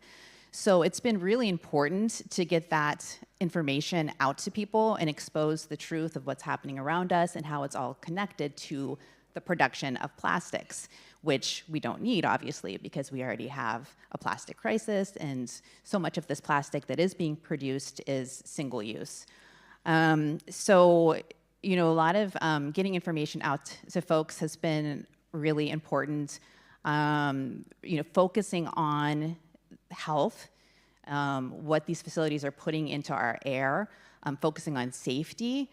I do live about 20 miles from East Palestine, so along with safety concerns of the facilities is transportation, and people, you know, have become very tuned into that. So, you know, it's been important, again, to just point out the connections. Well, the vinyl chloride, which is one of the main chemicals that burned in East Palestine, is a petrochemical, and it is used to make plastic. So, with the Shell facility making plastic, we also, you know, really keep tabs on what they're doing so that we can use media then when they are violating a permit. You know, when we see from our air monitor network that we work together to monitor that they are having a particularly bad day, and we let everyone know for their safety so that they can stay inside if they need to, and also, again, to hold the facility accountable. Let the news know, let other media know, put it on social media, get the word out. So this combined with speaking with elected officials and speaking with government agencies, we've, you know, managed to hold industry accountable, and also, like I mentioned, prevent some new ones from going in, particularly with advanced recycling, which I know we've talked a bit about. But so, as you know, it's really an industry scheme so that they can go on producing this plastic, so that they have, you know, a social license to operate. In that, you know, people think, well, yes, we are currently having a plastic crisis because for years we were told to recycle our plastic. Now we know it's not really getting recycled. It's not an effective thing to do, and it creates microplastics, which is a whole nother problem. Less than 5% is being recycled right now with plastics. So industry, is attempting to say, well, we have a new way to take care of that. But we know it's really burning the plastic, causing more pollution, taking it out of the landfills and the oceans and putting it into the air, right? So it's certainly not an answer. And when people realize this and the truth is exposed, they don't want that for their communities. Well, we're running short on time here, but I guess I have a quick lightning round. So like 1-sentence answers. I have one question for all of our panelists here. What's one thing audience members can do to help protect communities who are living on the front lines of petrochemicals and plastic production, starting with Isaias? Well, this is a really tough question. Okay, build ecological wealth. That's it. Rachel? I don't know if this is the one thing people can do, but something that I've heard from other speakers and that I think is so important right now is talking about the cumulative impacts. Right now, we're fighting a couple gas processing facilities, and we spoke with our state environmental agency. So I guess perhaps maybe that would be the thing to do. Speak with your environmental agency, speak with your lawmakers about the cumulative impacts that communities are facing. Where these 2 gas processing plants are trying to expand. The people there already are exposed to so much pollution. There's high rates of heart disease, high rates of cancer, high rates of asthma, and that's not being factored in, and it needs to be. Thank you. So, my advice or one way to protect our community, I would say vote with your pocketbook. It's a lot of power. Even when things aren't going your way in one area, there's so much that you can do in others. And really that is a strong message and one that is, I think, being heard. So that's it. Robin? Quickly to the scientists. I know this is a tough time to be a scientist, but I want you all to be courageous because we need you now more than we did when you had cushy jobs. We need you now. And specifically, I need scientists to get off the speed bump of uncertainty and get behind what you know morally is where we need to go. I'm talking about science for uncertainty, science for policy, and we need you to get off the speed bump. Follow Dr. Shannon. Lastly, we also need to build those coalitions locally. Talk to your public health nurses. Talk to the medical professions. They can be helpers. Yeah. Thank you so much, everyone. And that wraps up our time.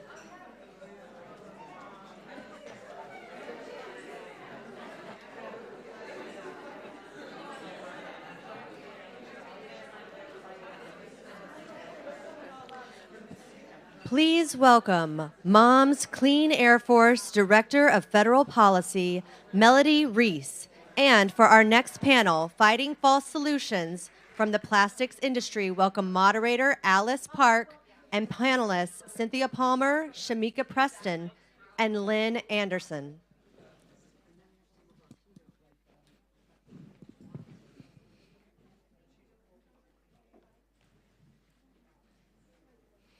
All right, Well, what a great panel we just heard. It's been so eye-opening to hear about living on the front lines of plastic and petrochemical production. We're going to pivot now to learn what the plastics industry, the people who are profiting from all of this, from the plastics crisis, from the plastics that are piling up in our landfills, being burned in incinerators, the threats to our communities, and the toxins in our bodies.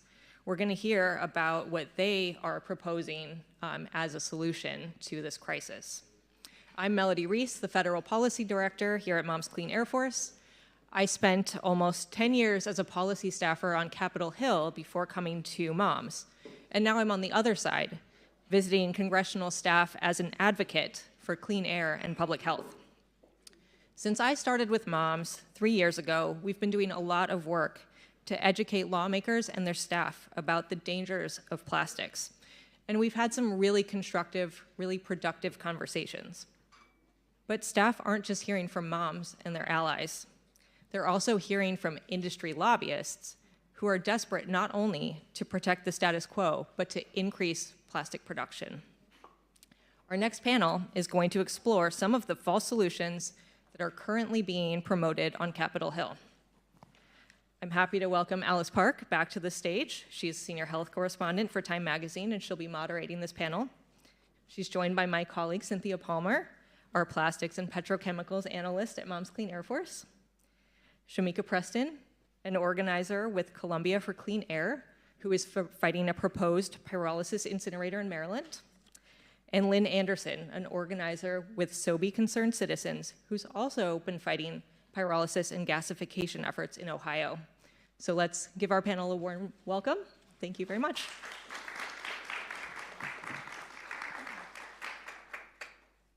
Thank you, Melody, and it's my pleasure to be here for this discussion. We just heard from a session from community leaders about the impact that plastics is having on communities and on the front line. So I think in this discussion, we're going to take a little bit of a different tactic, as Melody said, and explore how the plastics industry is responding to communities that are asking for accountability and asking questions. And clearly, it's not reducing the amount of plastics that they're producing. As we've heard, the estimate is that they will be tripling production, but they are proposing solutions. So Cynthia, let's start with you and perhaps lay the groundwork a bit on understanding what these solutions are and maybe educating people about some of the buzzwords that we're hearing, advanced recycling, and what that actually means.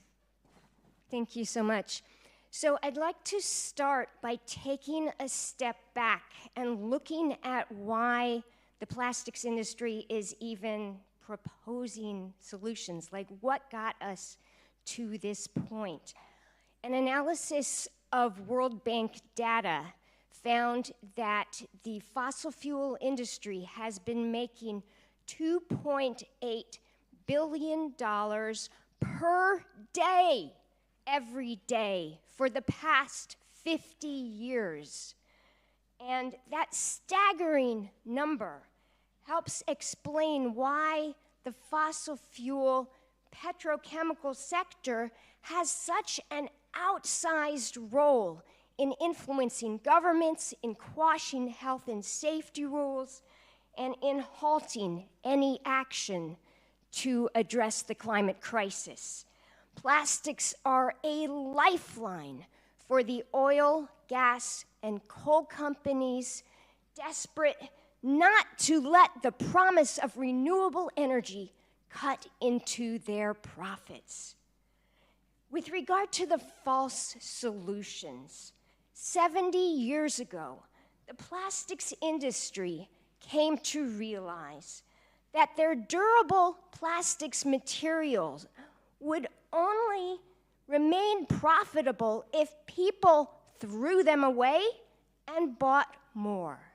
And indeed, close to 40% of plastics now are single-use disposables. But there is no safe and effective way to get rid of plastics. For decades, the plastics industry has been promoting the false solution of plastics recycling, which hardly works and which makes higher toxicity plastic. Another false solution is to send our plastic waste to other countries. And until 2018, China accepted 70% of US plastic waste. And then in 2018, China said, no more. But we still send some of our plastic waste to Vietnam, Mexico, Malaysia, and other countries where it is buried, burned, and thrown in waste dumps. The plastic industry's latest claim is that plastics is a circular commodity which can be dealt with through advanced recycling. And I'll leave it to my colleagues here to tell us more. Okay, before we get to that though, let's talk about recycling. And how did the recycling red herring get to be so established? Was there data produced? Was it a failure of our regulatory agencies in not vetting that data? How did we get into the belief that plastic could be recycled? It was a failure by many quarters. The plastics industry in the 1980s was desperate for a solution as people started to realize plastics were washing up everywhere.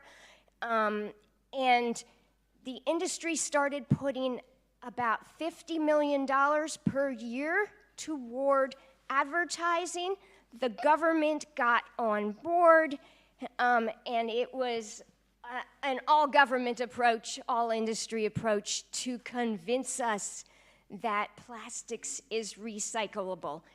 In practice, it produces high toxicity, recycling produces high toxicity plastic, and it produces a huge amount of microplastic particles, between 6 and 13%, according to a recent study of the plastic that goes into a plastic recycling facility comes out in the effluent as microplastic and nanoplastic particles, which get right back into our drinking water.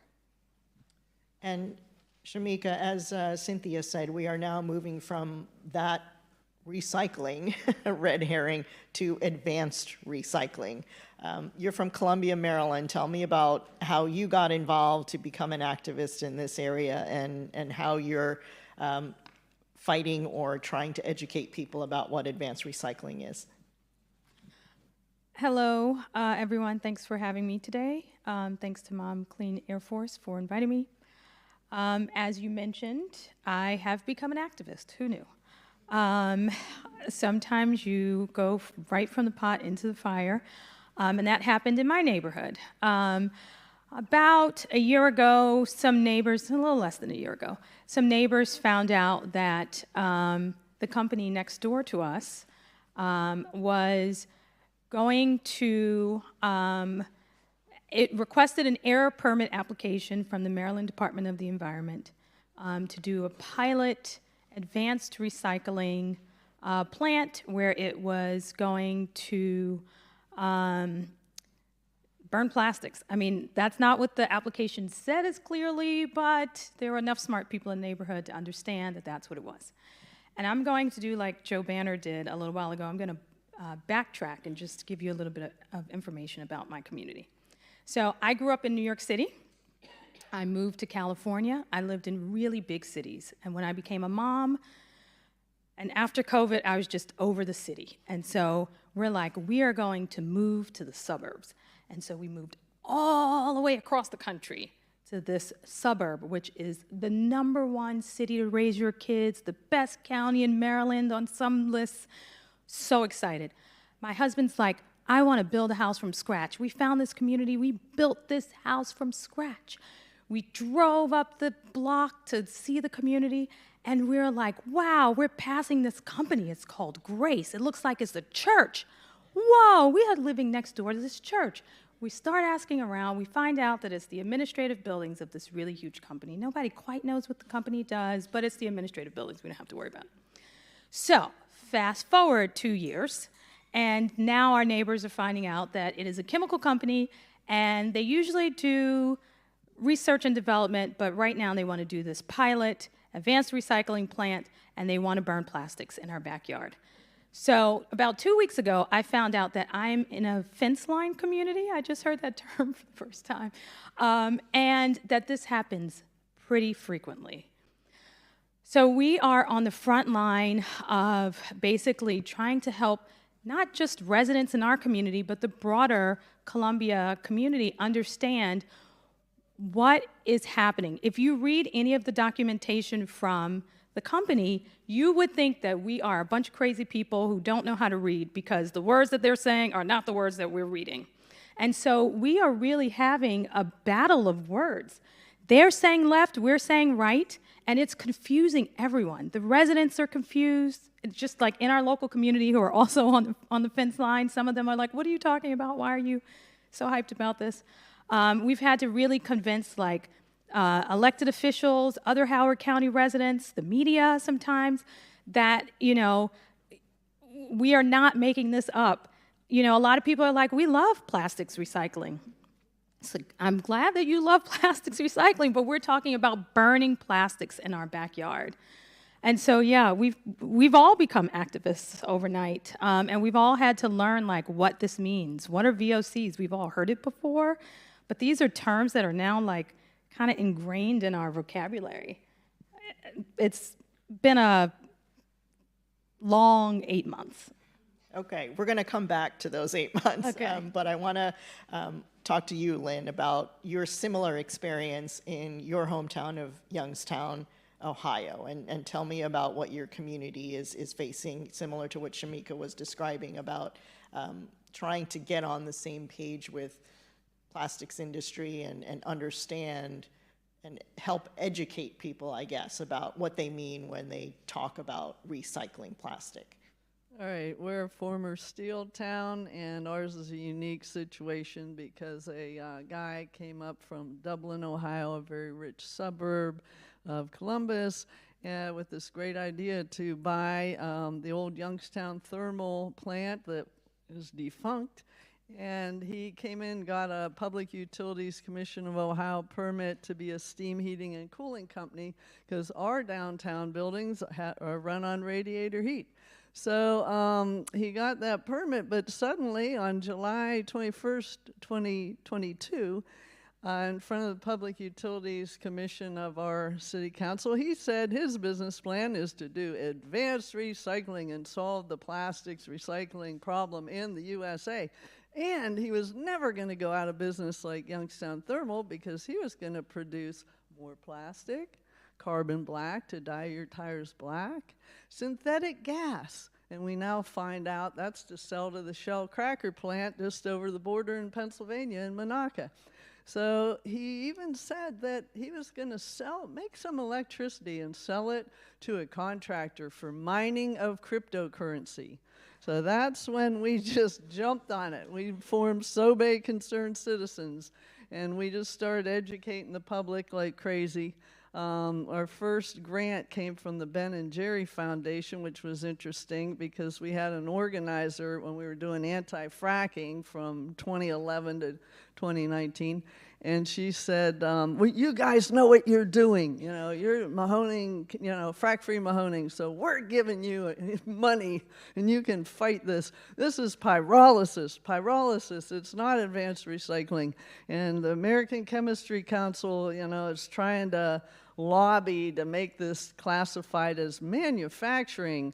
It's not incineration. It has to be, deregulated from Rule 129 of the Clean Air Act. So Let's back up and describe pyrolysis. Pyrolysis, this guy says, oh my gosh, this produces zero pollution because it's absolutely no oxygen in there, So to distinguish it really from just burning plastic. Yeah, he's trying to get a slap suit on us because one of our activists said that's a strategic lawsuit against public participation. One of our activists got called at home by him, and he said, you're lying, you're saying we're burning plastic, and we're superheating, recycled plastic.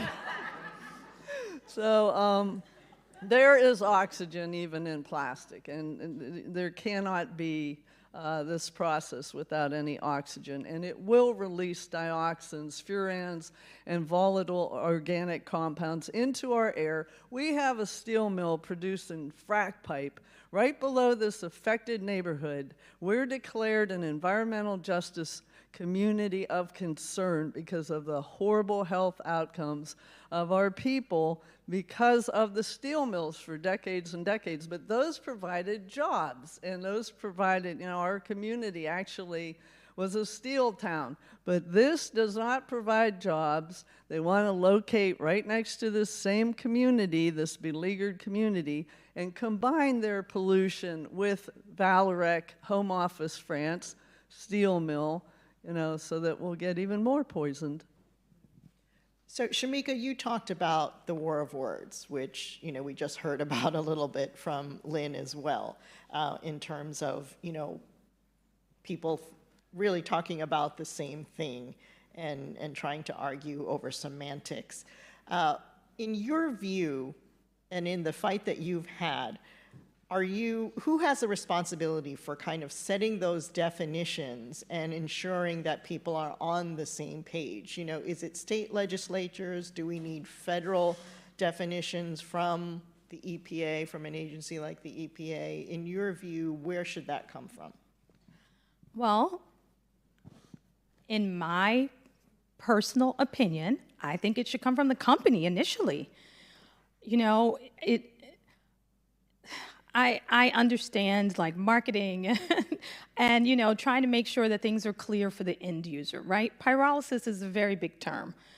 But at the very least, acknowledging that you are doing what we know you to be doing is the responsibility of the company. And I do think when we are dealing with things that seem very scientific, right? Like, we're not burning. Superheating sounds right, very, exactly. Right, scientific, yeah. It does become really hard for the layperson. And I think we do expect that, like, elected officials know everything. Well, they don't. They're not scientists. And in our case, the company was there before we were. So they had a lot more established relationships. So in my opinion, it is the company's responsibility. But when they fail, and that very often does, we usually have guardrails. We have, industry watchdogs, or we do have the state government, we have the federal government, we have local government. And there seems to be some disconnect between, there has to be some middle ground. The language that we use, maybe they don't love it. The language that they use, we don't love it. There has to be someone helping us kind of bridge that gap. And I can't say for sure who it is. I don't think it's there yet. It seems to be a hole. Okay, Cynthia, I wonder if you can address that as well from your perspective, as an advocacy group.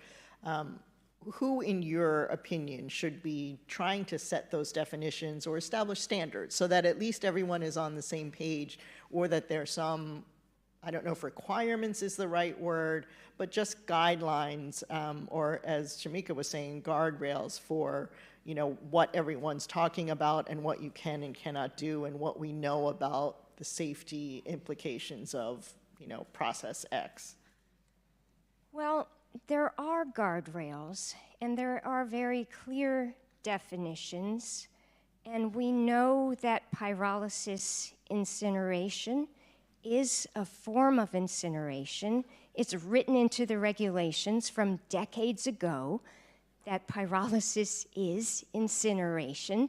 It's a different form of incineration in that it takes place at lower temperatures with less oxygen.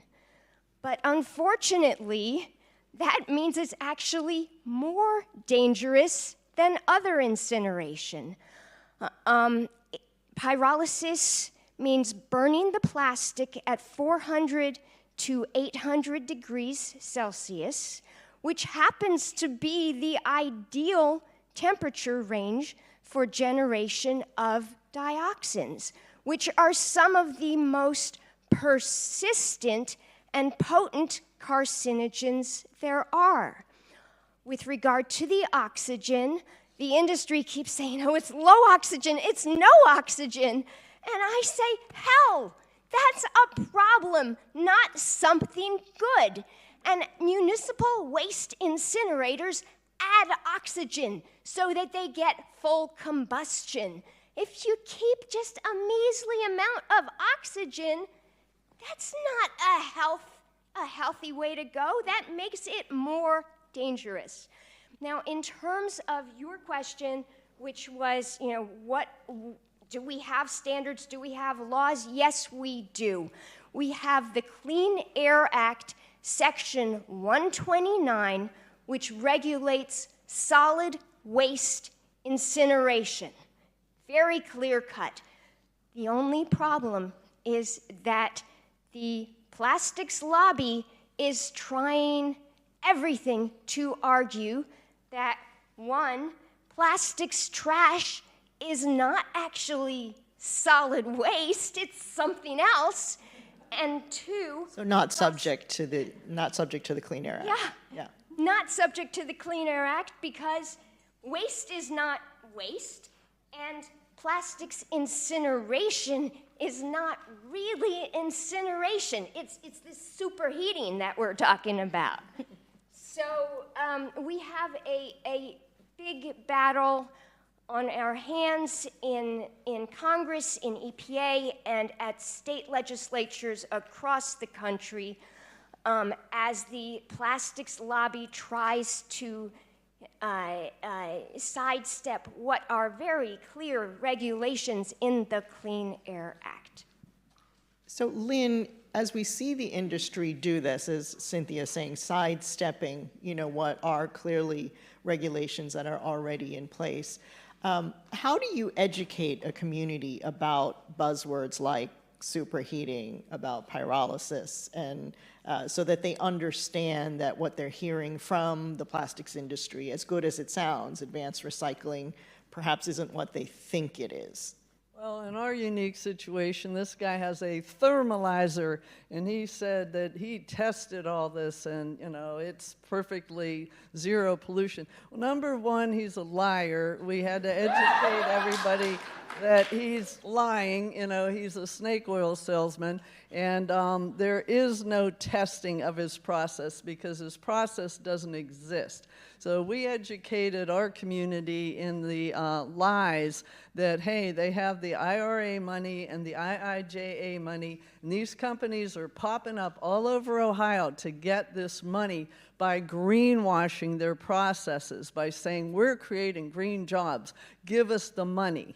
So that is how we educated our community, and we said, look at the Shell cracker plant over there. This guy and all these other pyrolysis plants that are trying to pop up in Ohio are saying, we're going to make synthetic gas for sale, and we're going to sell it to the Shell cracker plant to make more plastics. They're going to make nurdles. They're going to crack that ethane molecule, and they're going to make plastic nurdles to make more plastic because we need more plastic. So that's how we educated our community, and we got our zoning shored up. We got the Kramer Environmental Law Clinic at Case Western Reserve University to do a legal analysis on our mixed-use community zoning and say, hey, no industrialization in this little area of Youngstown. And we worked with our mayor, our city council, and we just kept, pounding them, and they actually founded a climate committee in the city council. And we said, hey, we got to get this stopped because this is going to explode. One of these plants exploded in Richmond, Indiana, one exploded in Ashley, Indiana, and the same plant exploded twice in Denmark. So we have a moratorium on gasification and pyrolysis in the city of Youngstown. It's going to expire December 25th of 2025, so we have to keep, pounding them, and we have to renew that moratorium. Shamieka, are you finding similar success or empathy with your local leaders? Because that seems like that's the first place to start.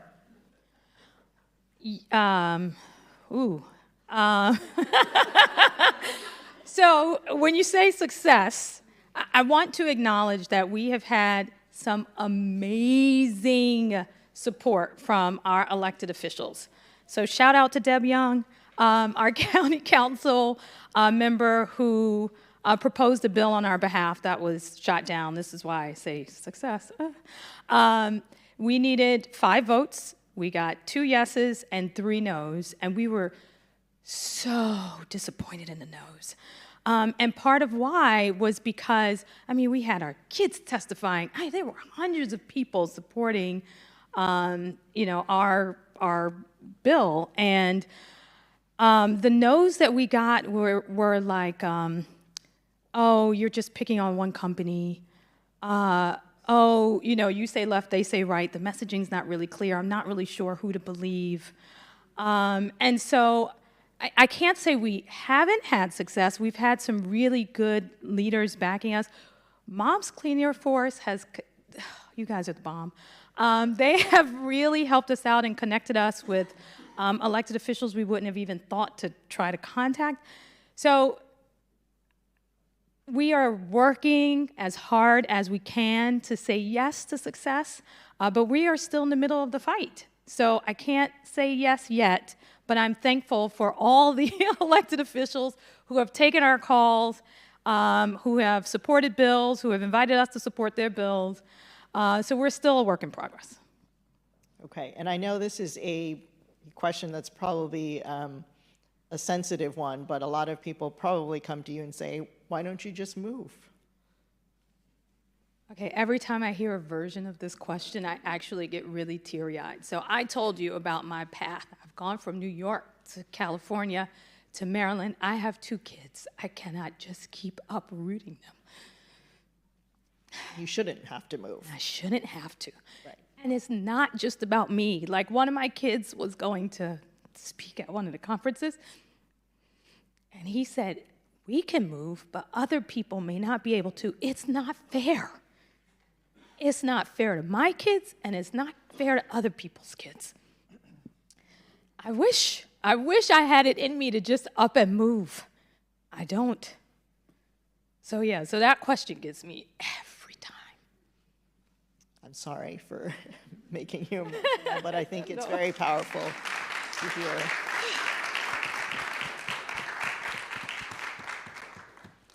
And Lynn, in your community, can you tell us what kind of response you're getting, and are people eager and open to hearing about sort of both sides of the equation, if you will, or is it hard to combat, you know, the promotion and the quote-unquote education, I guess, for lack of a better term, or information that's coming out of the company? Well, this company is kind of hiding from us right now, and we got rid of their $23 million bond issue from the Western Reserve Port Authority, so their investors are just, you know, running scared, thank goodness. But the beleaguered community we have very poor people, we have people working 3 jobs to keep it together, we have people with bad health, we have people who could never afford to move. You know, it's hard to get them off the couch because their lives are so challenging. That is the hardest part of organizing, is getting people motivated and getting them up and speaking out. I do not represent, you know, the community demographic. We're finally hiring an organizer, a young black woman. We're very excited to bring her on before April 15th. You know, like I said, the moratorium has to be renewed. So yeah, it's a constant, you know, just effort every day, day in, day out, you know, through the media. We just put a billboard up directly across from the Title V polluter Valorec steel mill that says, you know, we have enough toxic air pollution, and it has our website up there really big. So we're looking forward to just tens of thousands of people going to our website now. But anyway, it's the fight. That's the fight. That's what activism is. You're fighting for your lives. Okay.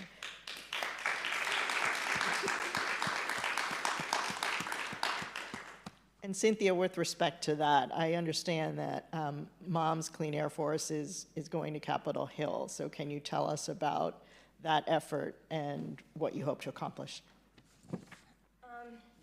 Sure. Well, we have so many goals on Capitol Hill. The administration and the Congress are gutting critical air pollution rules that protect us from hazardous air pollutants, ending environmental enforcement against heavy polluters, firing scientists, terminating environmental justice, obliterating federal action on climate change, gutting the nation's chemical disaster rules that were pitifully underprotective in the first place, wiping out the National Institutes for Occupational Safety and Health, which is responsible for the research that has saved the lives, lungs, and limbs of millions of workers. Just a few days ago, President Trump invited industrial polluters to send him an email if they would like to be exempted from hazardous air pollution rules more quickly than it will take the administration to dismantle the above rules. So you could just do it by email and not have to wait. It's just staggering, the long list that we are asking for on Capitol Hill.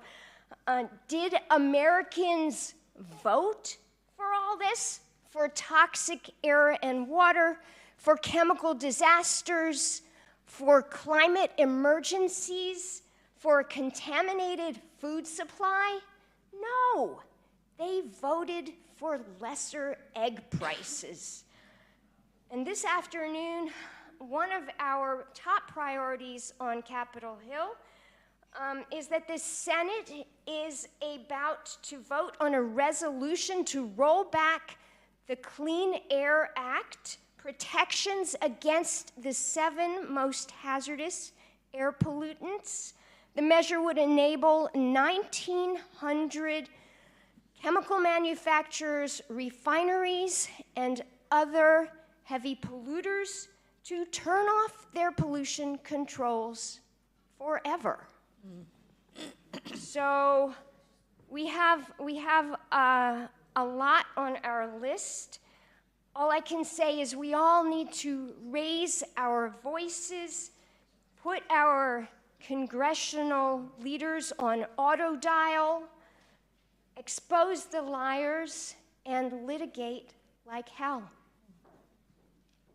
All right, on that note, thank you, Cynthia, Shamieka, and Lynn.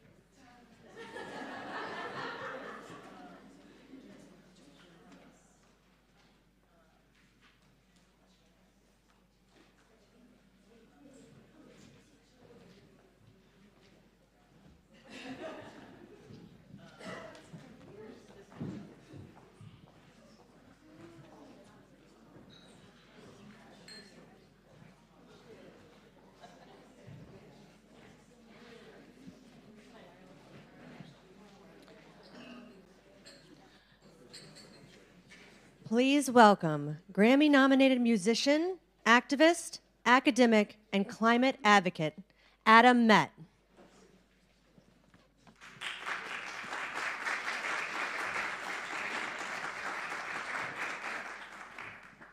Hello, I'm Adam, and as they said, I'm a musician, but that is my night job. So I'm in a band called AJR, but the majority of my time, meaning from the moment I wake up in the morning until about 8 p.m. when I'll go on stage at night, is focused on climate. And so that's one of the reasons why I'm really excited to be here today, because I'm going to share a couple of stories with you about my climate journey, how it kind of wove its way through music, and how I ended up here today. So, to give you a little bit of an idea of what my day looks like. When I show up at a show, we do something called meet and greets. Are we familiar with this idea? Okay, great. So we'll get to a show. Our meet and greet experience is actually we play dodgeball with our fans. We literally throw dodgeballs at our fans for about 45 minutes, and they actually pay for that, and it's insane. But after that, we actually meet every single one of them, and a lot of the times they'll come up and tell us stories. So there was a young woman in Indianapolis, and in Indianapolis, you wouldn't think this story would happen, but I promise you it did. She comes up to us and she says, I want to tell you a story, I don't want to take a picture. And that surprised me, honestly. She comes up and she says, I want to tell you a story about plastic. So she's a high school student. She's in the 10th grade. She comes up to us and she says, I spent the last 6 months developing a petition for my high school to end all single-use plastic in the cafeteria. I said, that's incredible. She said, we got enough signatures in my high school to completely ban single-use plastic. They no longer use it in the cafeteria, and now she was working at the district level to ban it at the district. It's amazing, amazing. Now, I really like this story because so much of the time that I'm on the road doing music, we hear all about the changes that people can make in their individual lives around ending single-use plastic, ending plastic in general. And for me, there's a real difference between individual action and individual leadership. Individual action is the kind of thing that's small. And yes, you can incorporate it into your own life, and no matter how much you talk to some of your neighbors, some of your family, they're probably not going to end up making those changes in their lives. But individual leadership is something different. Individual leadership is what this young woman did in her school in Indianapolis. She was able to galvanize the energy of all of these people and gather enough signatures to make this change. Now, this doesn't just happen in Indianapolis. This is the kind of thing that can happen all over the country and all over the world, and it's what we need to see more of. These young people who actually deeply care about these issues stepping up. Now, when I'm on tour, we do a lot of strange things that you might not anticipate happen at shows. We have people phone banking on site, asking their members of Congress to vote a certain way on environmental policy. We have people registering to vote. We have people volunteering for local nonprofits. We have people signing petitions to make real concrete change. And we do this because we did a really big study in order to figure out how can we get more people excited about taking civic and political action. There's this term that I really like. It's called collective effervescence. It was coined by a sociologist named Emil Durkheim. And Durkheim wrote about this idea in the religious space. So when people are in church or in synagogue or at a mosque, they have this experience where everyone's coming together for the same purpose, right? This exact same thing happens if you're at a Taylor Swift concert or if you're at a Beyonce concert. Yes, for some people it might be a religious experience, other people it might not be, but everyone's all there together singing the lyrics, dancing. That energy is very similar. So what we tried to do is figure out how we could measure that, because one thing that I didn't mention is I also teach climate policy at Columbia, so I'm an academic, so my mind always goes to how can we measure that effectively in order to make it better. So we ended up measuring to see if we can take collective effervescence and turn it into something that was replicable and usable for the climate space.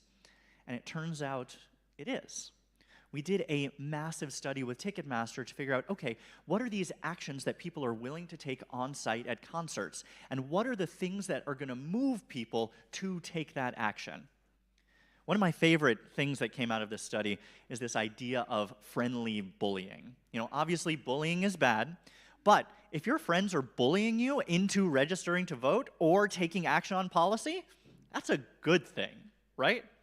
So between that and the other idea that came out of it is that local is king. Right now, especially in the moment we're living in the United States, there is so much movement around local action that we can take. And when I say local, we're talking about at the state level, at the city level, at the community level. When we saw the actions on site at our concerts that people were taking when they were local, when they impacted people directly in their own communities, we saw a huge uptick in the actions that people were willing to take. I'll give you an example. In Phoenix, we pull in on our tour bus to Phoenix, it is 109 degrees out, literally. We pull into Phoenix, it's 109 degrees out. FEMA does not designate extreme heat as an emergency and therefore will not provide funding for it. Ridiculous, right? So, at our concert, we had people signing a petition to get FEMA to designate extreme heat as an emergency. It was something that was important to them, and we got over 1,000 signatures on this petition. People saw the heat outside, they understood that the action they were taking would help impact that. In 7 different states across our tour, we had real concrete policy change happen. From 2117 in Washington State to Prop 4 in California, all of this was about getting people to engage in policy. And now, more than ever, from the results of this study and a lot of other studies we've looked at, young people want to engage in policy and are less excited about politicians, which is a good thing. People want to focus on the things that are actually going to make real concrete change. So if we can be educating people more about the policy actions that they're taking, it's huge. Now, to bring this back to the music space, there are so many musicians that are starting to be leaders. And yes, they're individuals, but I'm talking about this idea of individual leadership. Billie Eilish, who I'm sure some of you have heard of, yes? Amazing. Excellent. So Billie Eilish does a huge amount on climate.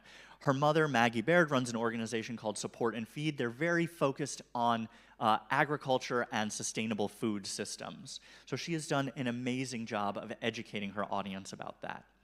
Jack Johnson, are we familiar with Jack Johnson? Excellent.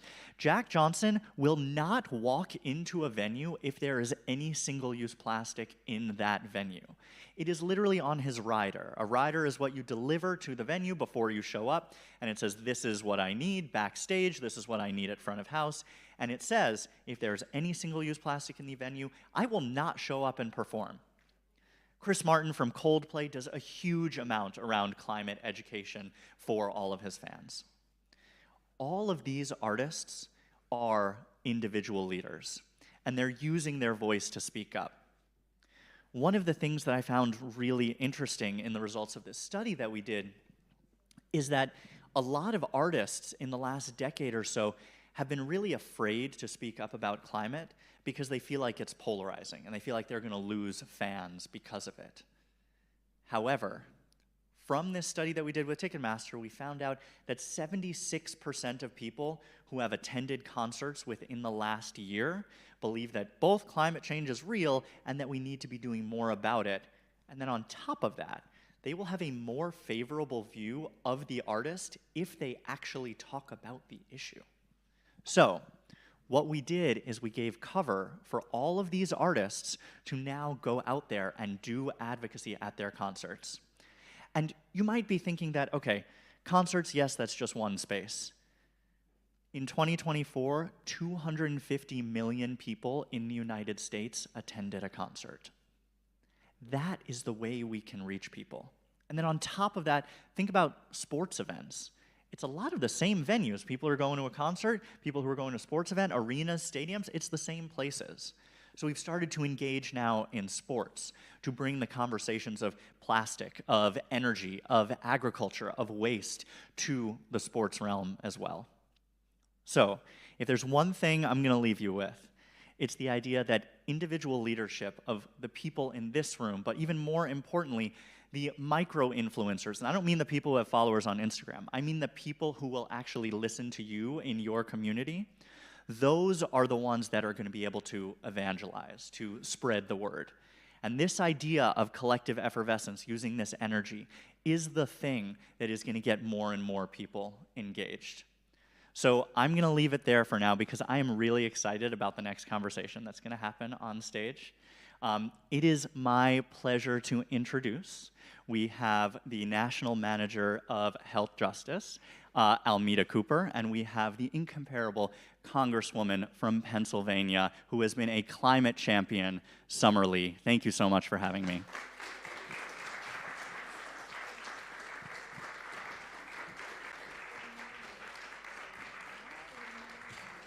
I'm going to leave that here.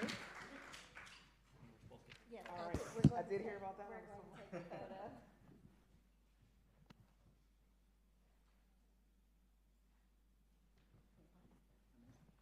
Let me know where you'd like me to be.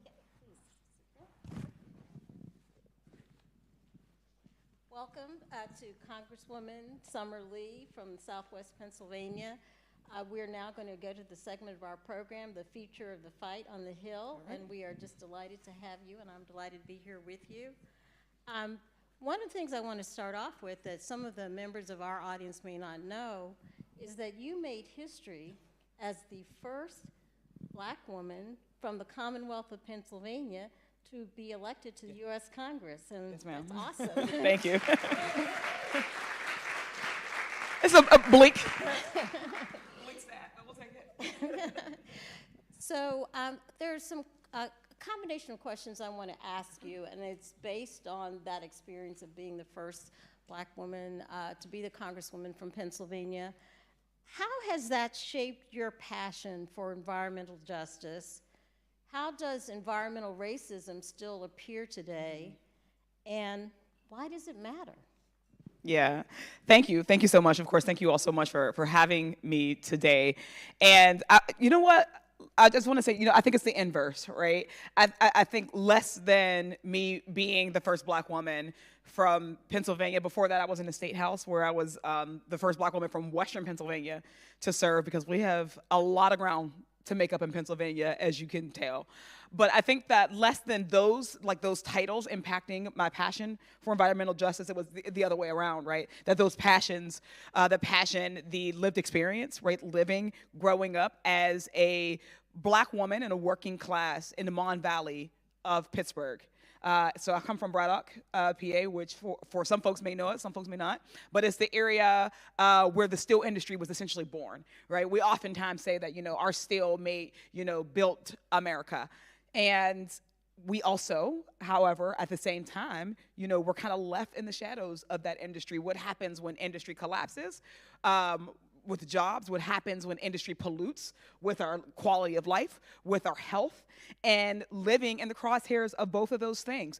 I was in law school where I was doing an amicus brief, right, on a housing case, something that didn't even have anything to do with environmental justice. But my portion of it was like to talk about how basically inequality is cyclical.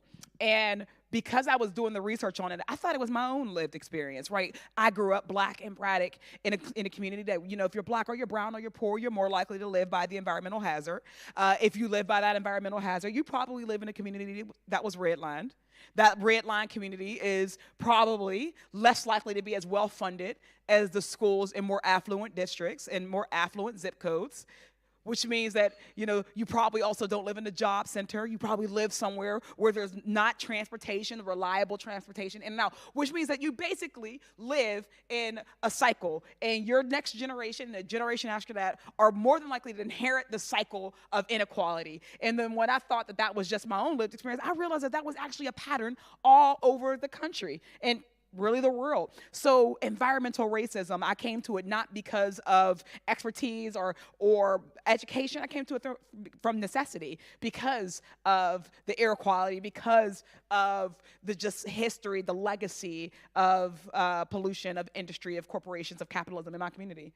And then I ran because I needed someone to talk about that cycle. I needed someone to recognize that, these things are not disconnected, but instead they are quite inextricably linked.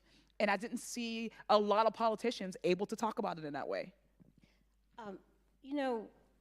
Having listened to how you came to be in the Congress, one of the things is that we know that, and you alluded to this, that there's fossil fuel drilling in your district, and petrochemical build-out is spreading across all of Pennsylvania. How do these fossil fuel and petrochemical facilities affect communities like yours? So actually, let me just say, we actually successfully fought, I think, almost all of the fracking proposals that were in my district. or around it, right? So in fact, when I was running for the state house, I ran for the state house in 2018, and at that time, we had the steel mill. I grew up, literally in the shadow of the steel mill. And at that very time, they were also proposing to do fracking on the same site. So we have some of the worst air quality in the nation already. And they're like, we're going to put, problem on top of problem on top of problem. And the reason why they were able to do that is because there are 4 communities that touch that steel mill, very little, very small, each has its own government, each has its own, municipal works, all of these different things. But each of them also have economic issues because, right, the mill was largely its biggest economic base. And because of that, these communities almost felt like they had nothing else to rely on. I remember knocking doors, and somebody had just given me a new little line. He said, when you knock on a door, say, hey, I'm Summer Lee, and I'm running for state rep because I believe that all children deserve clean air, clean water, and a quality education. Do you agree? And this was my first time trying out this new line because I'm awkward, y'all. I'm so very awkward. So this is my new line. I'm like so excited. I'm like, I have something to say. I'm going to try it out. So I tried it with a gentleman, and he was like, well, I'm for the fracking. And I was like, okay, but that's not even what I asked. He was just like, well, you know what North Braddock is going to get. And okay, I need you to stay with me because I've gone through this conversation in my head many times because I don't want to misquote. And I believe in my heart that man said, well, North Braddock is going to get $10,000. And I was like, $10,000? That's how, $10,000. But that's how hard put some of these communities are, right? That they feel like they have no other job sources. They have no other economic sources. And remember, the economy, the tax base, whatever your district is, also pays for your school because of how our school funding scheme is. So if you have no economic, no tax base, then your schools are also underfunded. So sometimes the school was like, well, you know what? If that industry leaves or doesn't come or if it collapses, then we can't educate your kids because these things are now go hand in hand. So these communities feel like they have no other options. So that's why industry is able to go into the most marginalized communities, Black and brown communities, indigenous communities, places where people are functionally disenfranchised, right? Where they maybe don't have representation or where they don't have other sources of economy, of income. They go and they're able to exploit them and they're able to really razzle-dazzle them with very, very little. But what we know is that it's really a raw deal at the end of the day. When these industries inevitably leave, oftentimes these communities are left to fend for themselves or left to pick up the pieces. But I have a multi-billion-dollar multinational corporation, in my neighborhood, headquartered in my district. But our roads, are barely usable, and we have more blighted properties than any one community should have. And helping communities, reinforcing through policy, because that's the only way you can do it, through policy, reinforcing and supporting these communities so that they don't have to make bad decisions is the only way to do it. Otherwise, we know in communities like these, mine, others like it, your kids are more likely to be born with low birth weight if they're born by a fracking well. Your kid is more likely to have asthma in our communities. Ours is like 35%. The national rate is like far, far lower. Air quality, so many other things that come along with that. And these communities are just ill-equipped to be able to make good decisions because of the corners that they're backed into. And then the cycle, the people around to say, well, it becomes the false dichotomy of jobs or clean air and clean water. I'm sure we're going to get more into that.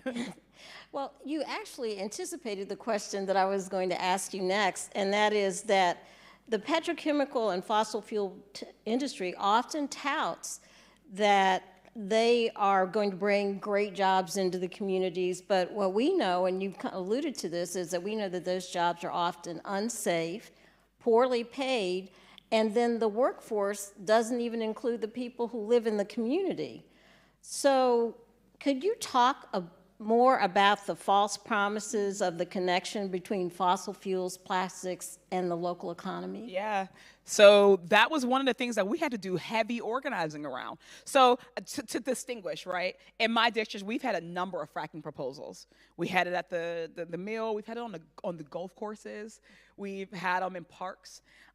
One of those parks we were able to get designated, just like a site, a conservation site. Mm-hmm. So now it's preserved where people can, walk on the trails and they can use it for, I would say life-giving instead of truly life-taking. So it's come a long way from that. But we were able to do that because of the organizing effort, because some of those were in communities that were more organized and were more affluent, and they were better equipped to say no. But so we had the fracking proposal, and we had the cracker plant. Now, the cracker plant is outside of my district. That is, we're downstream of that, because also what we know is that what impacts one community doesn't stop at a border. Air quality travels. Poor water travels. So for us, we're living downstream of one of the biggest polluting sites now that we have, right? And when we were trying to get people to understand what was happening, because of labor, a lot of folks were like, listen, you don't want us to have jobs. Like, you're trying to keep me from being able to feed my family. And oftentimes I had to say, and you're trying to keep our kids from being able to breathe. You're trying to keep them from being able to live a long, prosperous life. And I'm like, listen, I will, as your representative, I am very pro-labor, 100%. And I will fight for our jobs. I will fight for your right to have a well-paying, family-sustaining union job. I believe very fiercely in that, especially now when we are facing and we are looking at the ties of fascism and authoritarianism. An organized labor movement is one of the most important things to fight back against those, which is why it was so important in Western Pennsylvania that we had to fight through that. We had to say, no. This is a false promise. We can actually have good, well-paying jobs and unions and clean air and clean water. We can talk about the fact that those jobs, more often than not, when you go onto these sites, and we've seen them in other places around the country, those are usually, you'll see the cars that don't have license plates from your state. Those jobs plateau after a year or two or so. So we're like, these are not even long-term plans, like long-term jobs. They are not consistent. They do not sustain. They're not sustainable. But you know what is sustainable? Investing in infrastructure. When we invest in infrastructure that's climate resilient, like we saw with the Inflation Reduction Act, like we saw with the IIJA, these big packages that were historic, that were able to infuse dollars directly into our communities, those are homegrown jobs. Those are union-made jobs. They have resiliency and sustainability plugged into them. So when we build, we're making sure that they're weatherized to account for climate change that we have not fixed or reversed yet. They are built to make sure that they last, that they are able to withstand the changes of time. Those are the type of jobs that we can be investing in our communities. Through investments last year, before we moved to another administration, we were able to bring dollars in for sustainable and renewable manufacturing. I think about like EOS, a sustainable battery company in the Mon Valley, in the shadows of the same fracking proposal that we were able to defeat through our organizing politically and communally. We now have that industry that is actually going to be more renewable. So we have solutions, but these industries buy lobbyists. They spend a lot of money to come into our government to say and to give my colleagues talking points. They come to vulnerable colleagues of mine and say, look, what else are you going to do? Where else are you going to turn? But we see in Beaver County that those jobs not only were not sustainable, but the economic boost never came. Never came. We're still having loss of folks. We're losing population. Not just in Beaver and Western Pennsylvania, all across Pennsylvania, but we're losing population. And we can't attract new people back because they know the air quality in Western Pennsylvania is notorious. We're not building new jobs. The buildings, the businesses around it never really got a lot out of it. And now they're trying to pack up and leave. And the community, like was predictable, is going to be left behind. So that's why it's so important that we fight that fight, that we do it intentionally, that we include labor, not exclude labor, that we help to create a vision where they are still at the center and the marginalized, vulnerable environmental justice communities are also center. Those are hard conversations to have. But in Western Pennsylvania, we have been able to push through it because we have to, and because we can build a model that doesn't rely on the economies of the past, but are actually preparing the workforce in our communities for the economies of the future. Well, given the kind of influence that the plastics and petrochemical industry has and what you've just been describing, how can we, in the general public, the people who are in your community, your constituents, how can they push back against that kind of influence? Yeah, I think being political and being organized is so important. I know that sometimes it feels like the political, this whole realm it's a lost cause. But the reality is that that's a unilateral disarmament, because the oil and gas industry are heavy lobbyists. They are heavily involved in our politics at every single step, every single level of government, from the federal to the hyper local. There they are, influencing. There they are, pushing. There they are with their proposals. There they are, asking for their tax credits, historic rates of tax breaks. There they are. There they are. But where are we? We have to find ways of exerting that same influence on that process. I always argue that we should start with money in politics, because the reality is that so many politicians, don't even want to be in bed with these folks. But their influence and our influence is measured in how much we can spend to get into those rooms, how much we can spend to build up the platforms, to invest in policy making. That's what they do, and that's what we're up against. But when we come out of our silos, because the reality is that we have lots of things in common. If you are an environmental justice advocate, you want to clean up the air, you want to fight back against climate change, you probably also believe that we should have common sense gun reform. You probably also believe that we should have housing for everybody. You probably also believe that we should have equitable funding for our education. We all believe in these things, these shared values, but we operate in our own silos.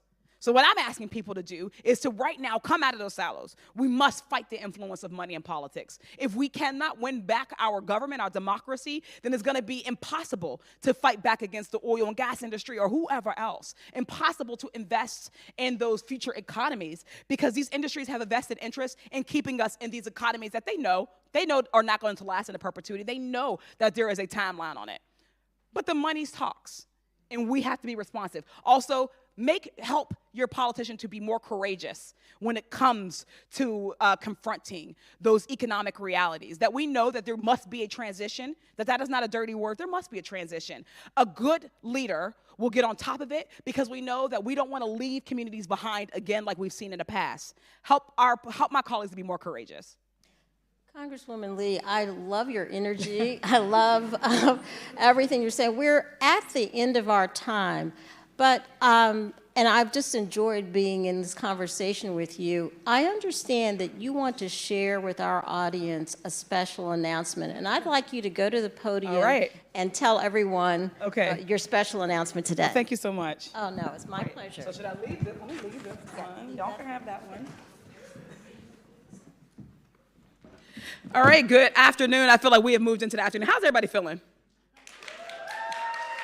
Listen, I know that we are, and I'm gonna start with that, because I know that the answer is largely we are all feeling worried. We're feeling a little bit frightened. We're feeling annoyed. We're feeling tired. We're feeling uncertain. So that check-in is okay, and it's okay to feel all those things, but we also got to start to feel motivated.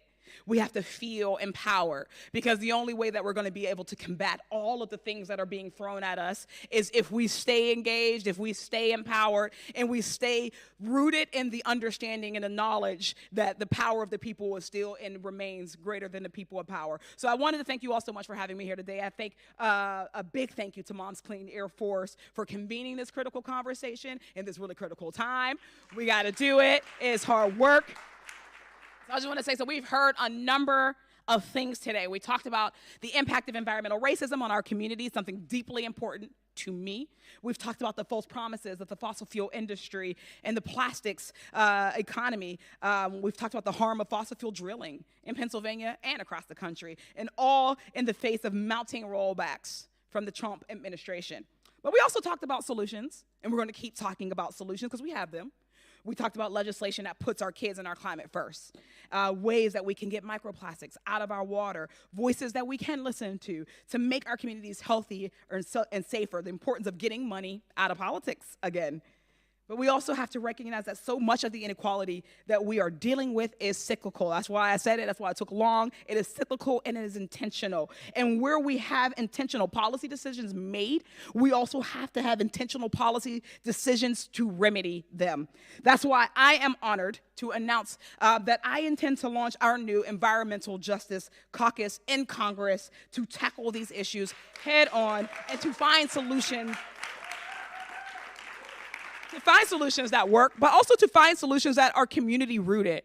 Because we know that in the communities that have been harmed, we also know that there are solutions, because the people who are impacted every day have perspectives and have a voice and they have answers, and we need to make sure that we're being intentional about including them at every step of the way. And we can't allow more harm to our kids, to our communities, to our climate.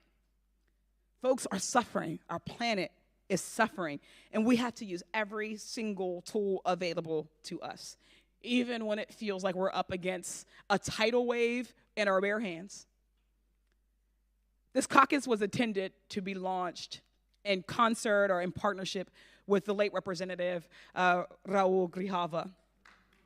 And I wanted to bring him into this space because we know that he has done such impactful and important work.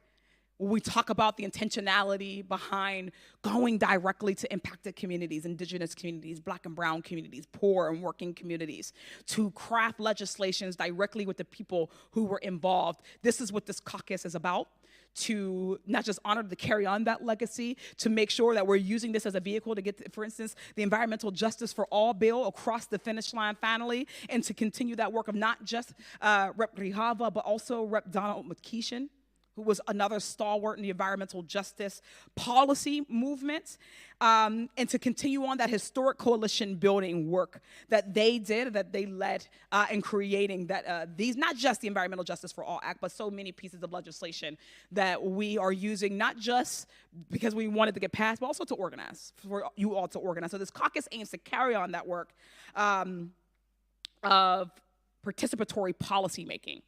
This caucus will not only continue to advocate for the passage of the EJ for All, but it will also defend the process, the principles, and the communities that shaped it. In that spirit, we're building the caucus around the HIMAS principles, centering frontline voices and creating space for true bottom-up collaboration.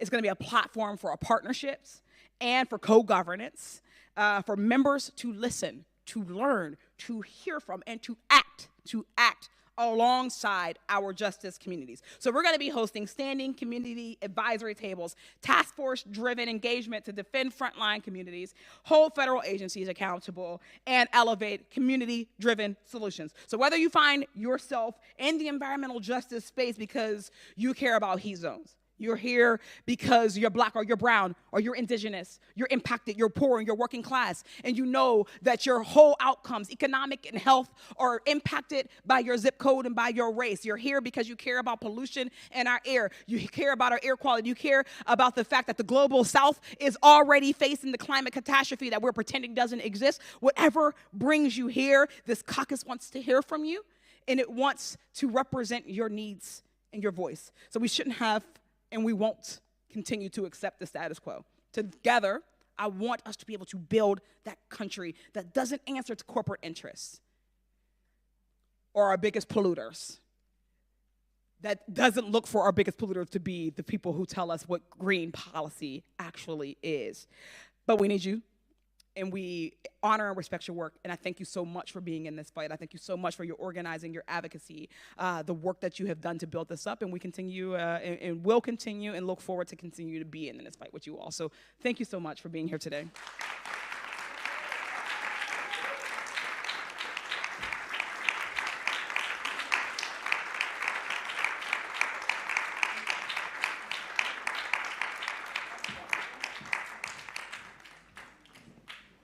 Thank you so much, Congresswoman. I hope everybody is feeling collective effervescence, because I sure am. That is so many of you are models of individual leadership. I thank you deeply for coming, and I'm just going to close it out on this, because what could be better than what we just heard? Thank you, everybody.